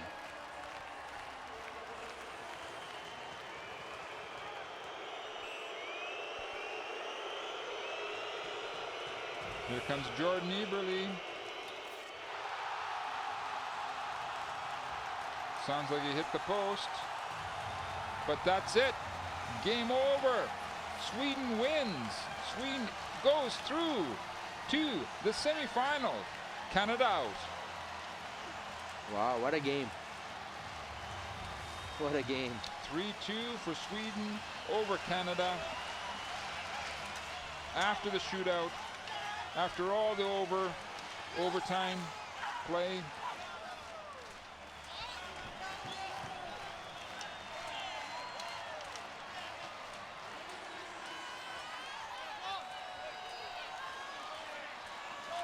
Just too bad that has to hand in a shootout, but hey.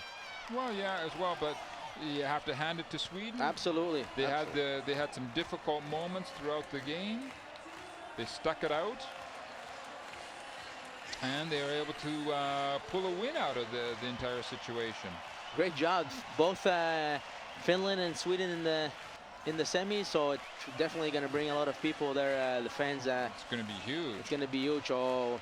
Canada, on the other hand, just wasn't able to put a 1 or 2 goal cushion in there, and they let Sweden get themselves back into the game. Yeah, they came back. I mean, there was a 0-1 third period. They scored 2 big goals. They took advantage of their power plays and came back in. Even if they tied it up, they didn't stop and had a good chances too on the overtime, and they scored the goals in the shootout. So now MVP. Well, we already see the MVP for Canada. I'm going to call the MVP for Canada is Ladd, and I would say for Sweden I'm going to say Landskog, number 92. I gotta go with the goal scorer today for Niklas Danielsson. Okay. Oh, Henroth. Hey, that rightfully so as well. He held the team in the game, so yeah, that's a great choice. There's a Prince. He's very happy.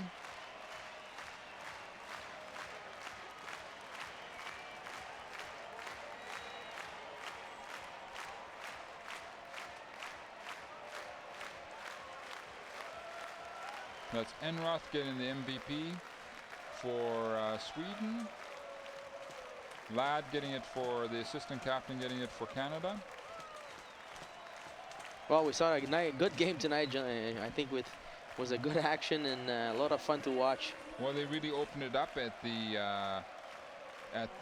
the third period. And obviously now we're going to be moving on to the semifinals. Tomorrow there are no games. Semifinals will start again on Saturday, and bronze medal game, and the final will be on Sunday. Yes.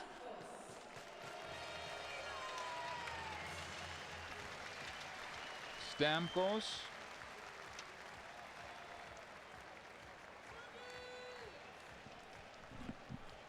Getting himself an award.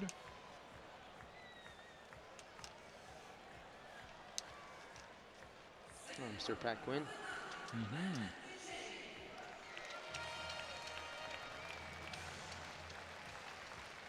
Matt Duchesne as well.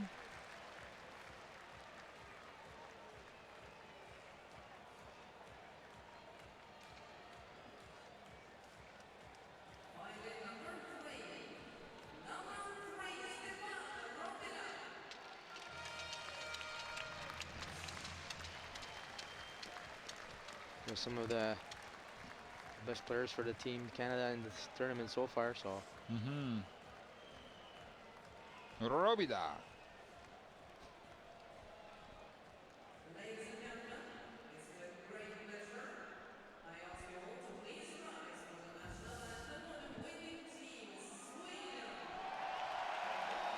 Most valuable players for the tournaments were the Canadians.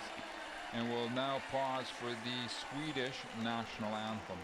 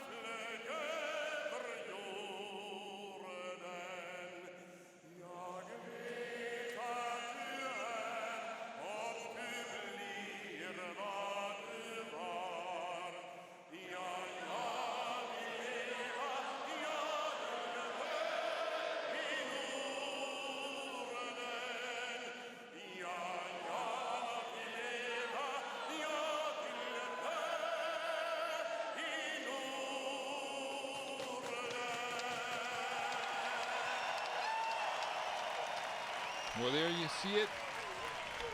Sweden is the last semi-finalist through. It will be Switzerland against the USA. And of course, the huge game between Finland and Sweden. So it's been great to have you with us. Be back on Saturday. It's only going to get better and better. Bring all your friends with you. From me, Mark Berwald. Patrice Lefebvre. That's it for tonight. Bye-bye. Good evening.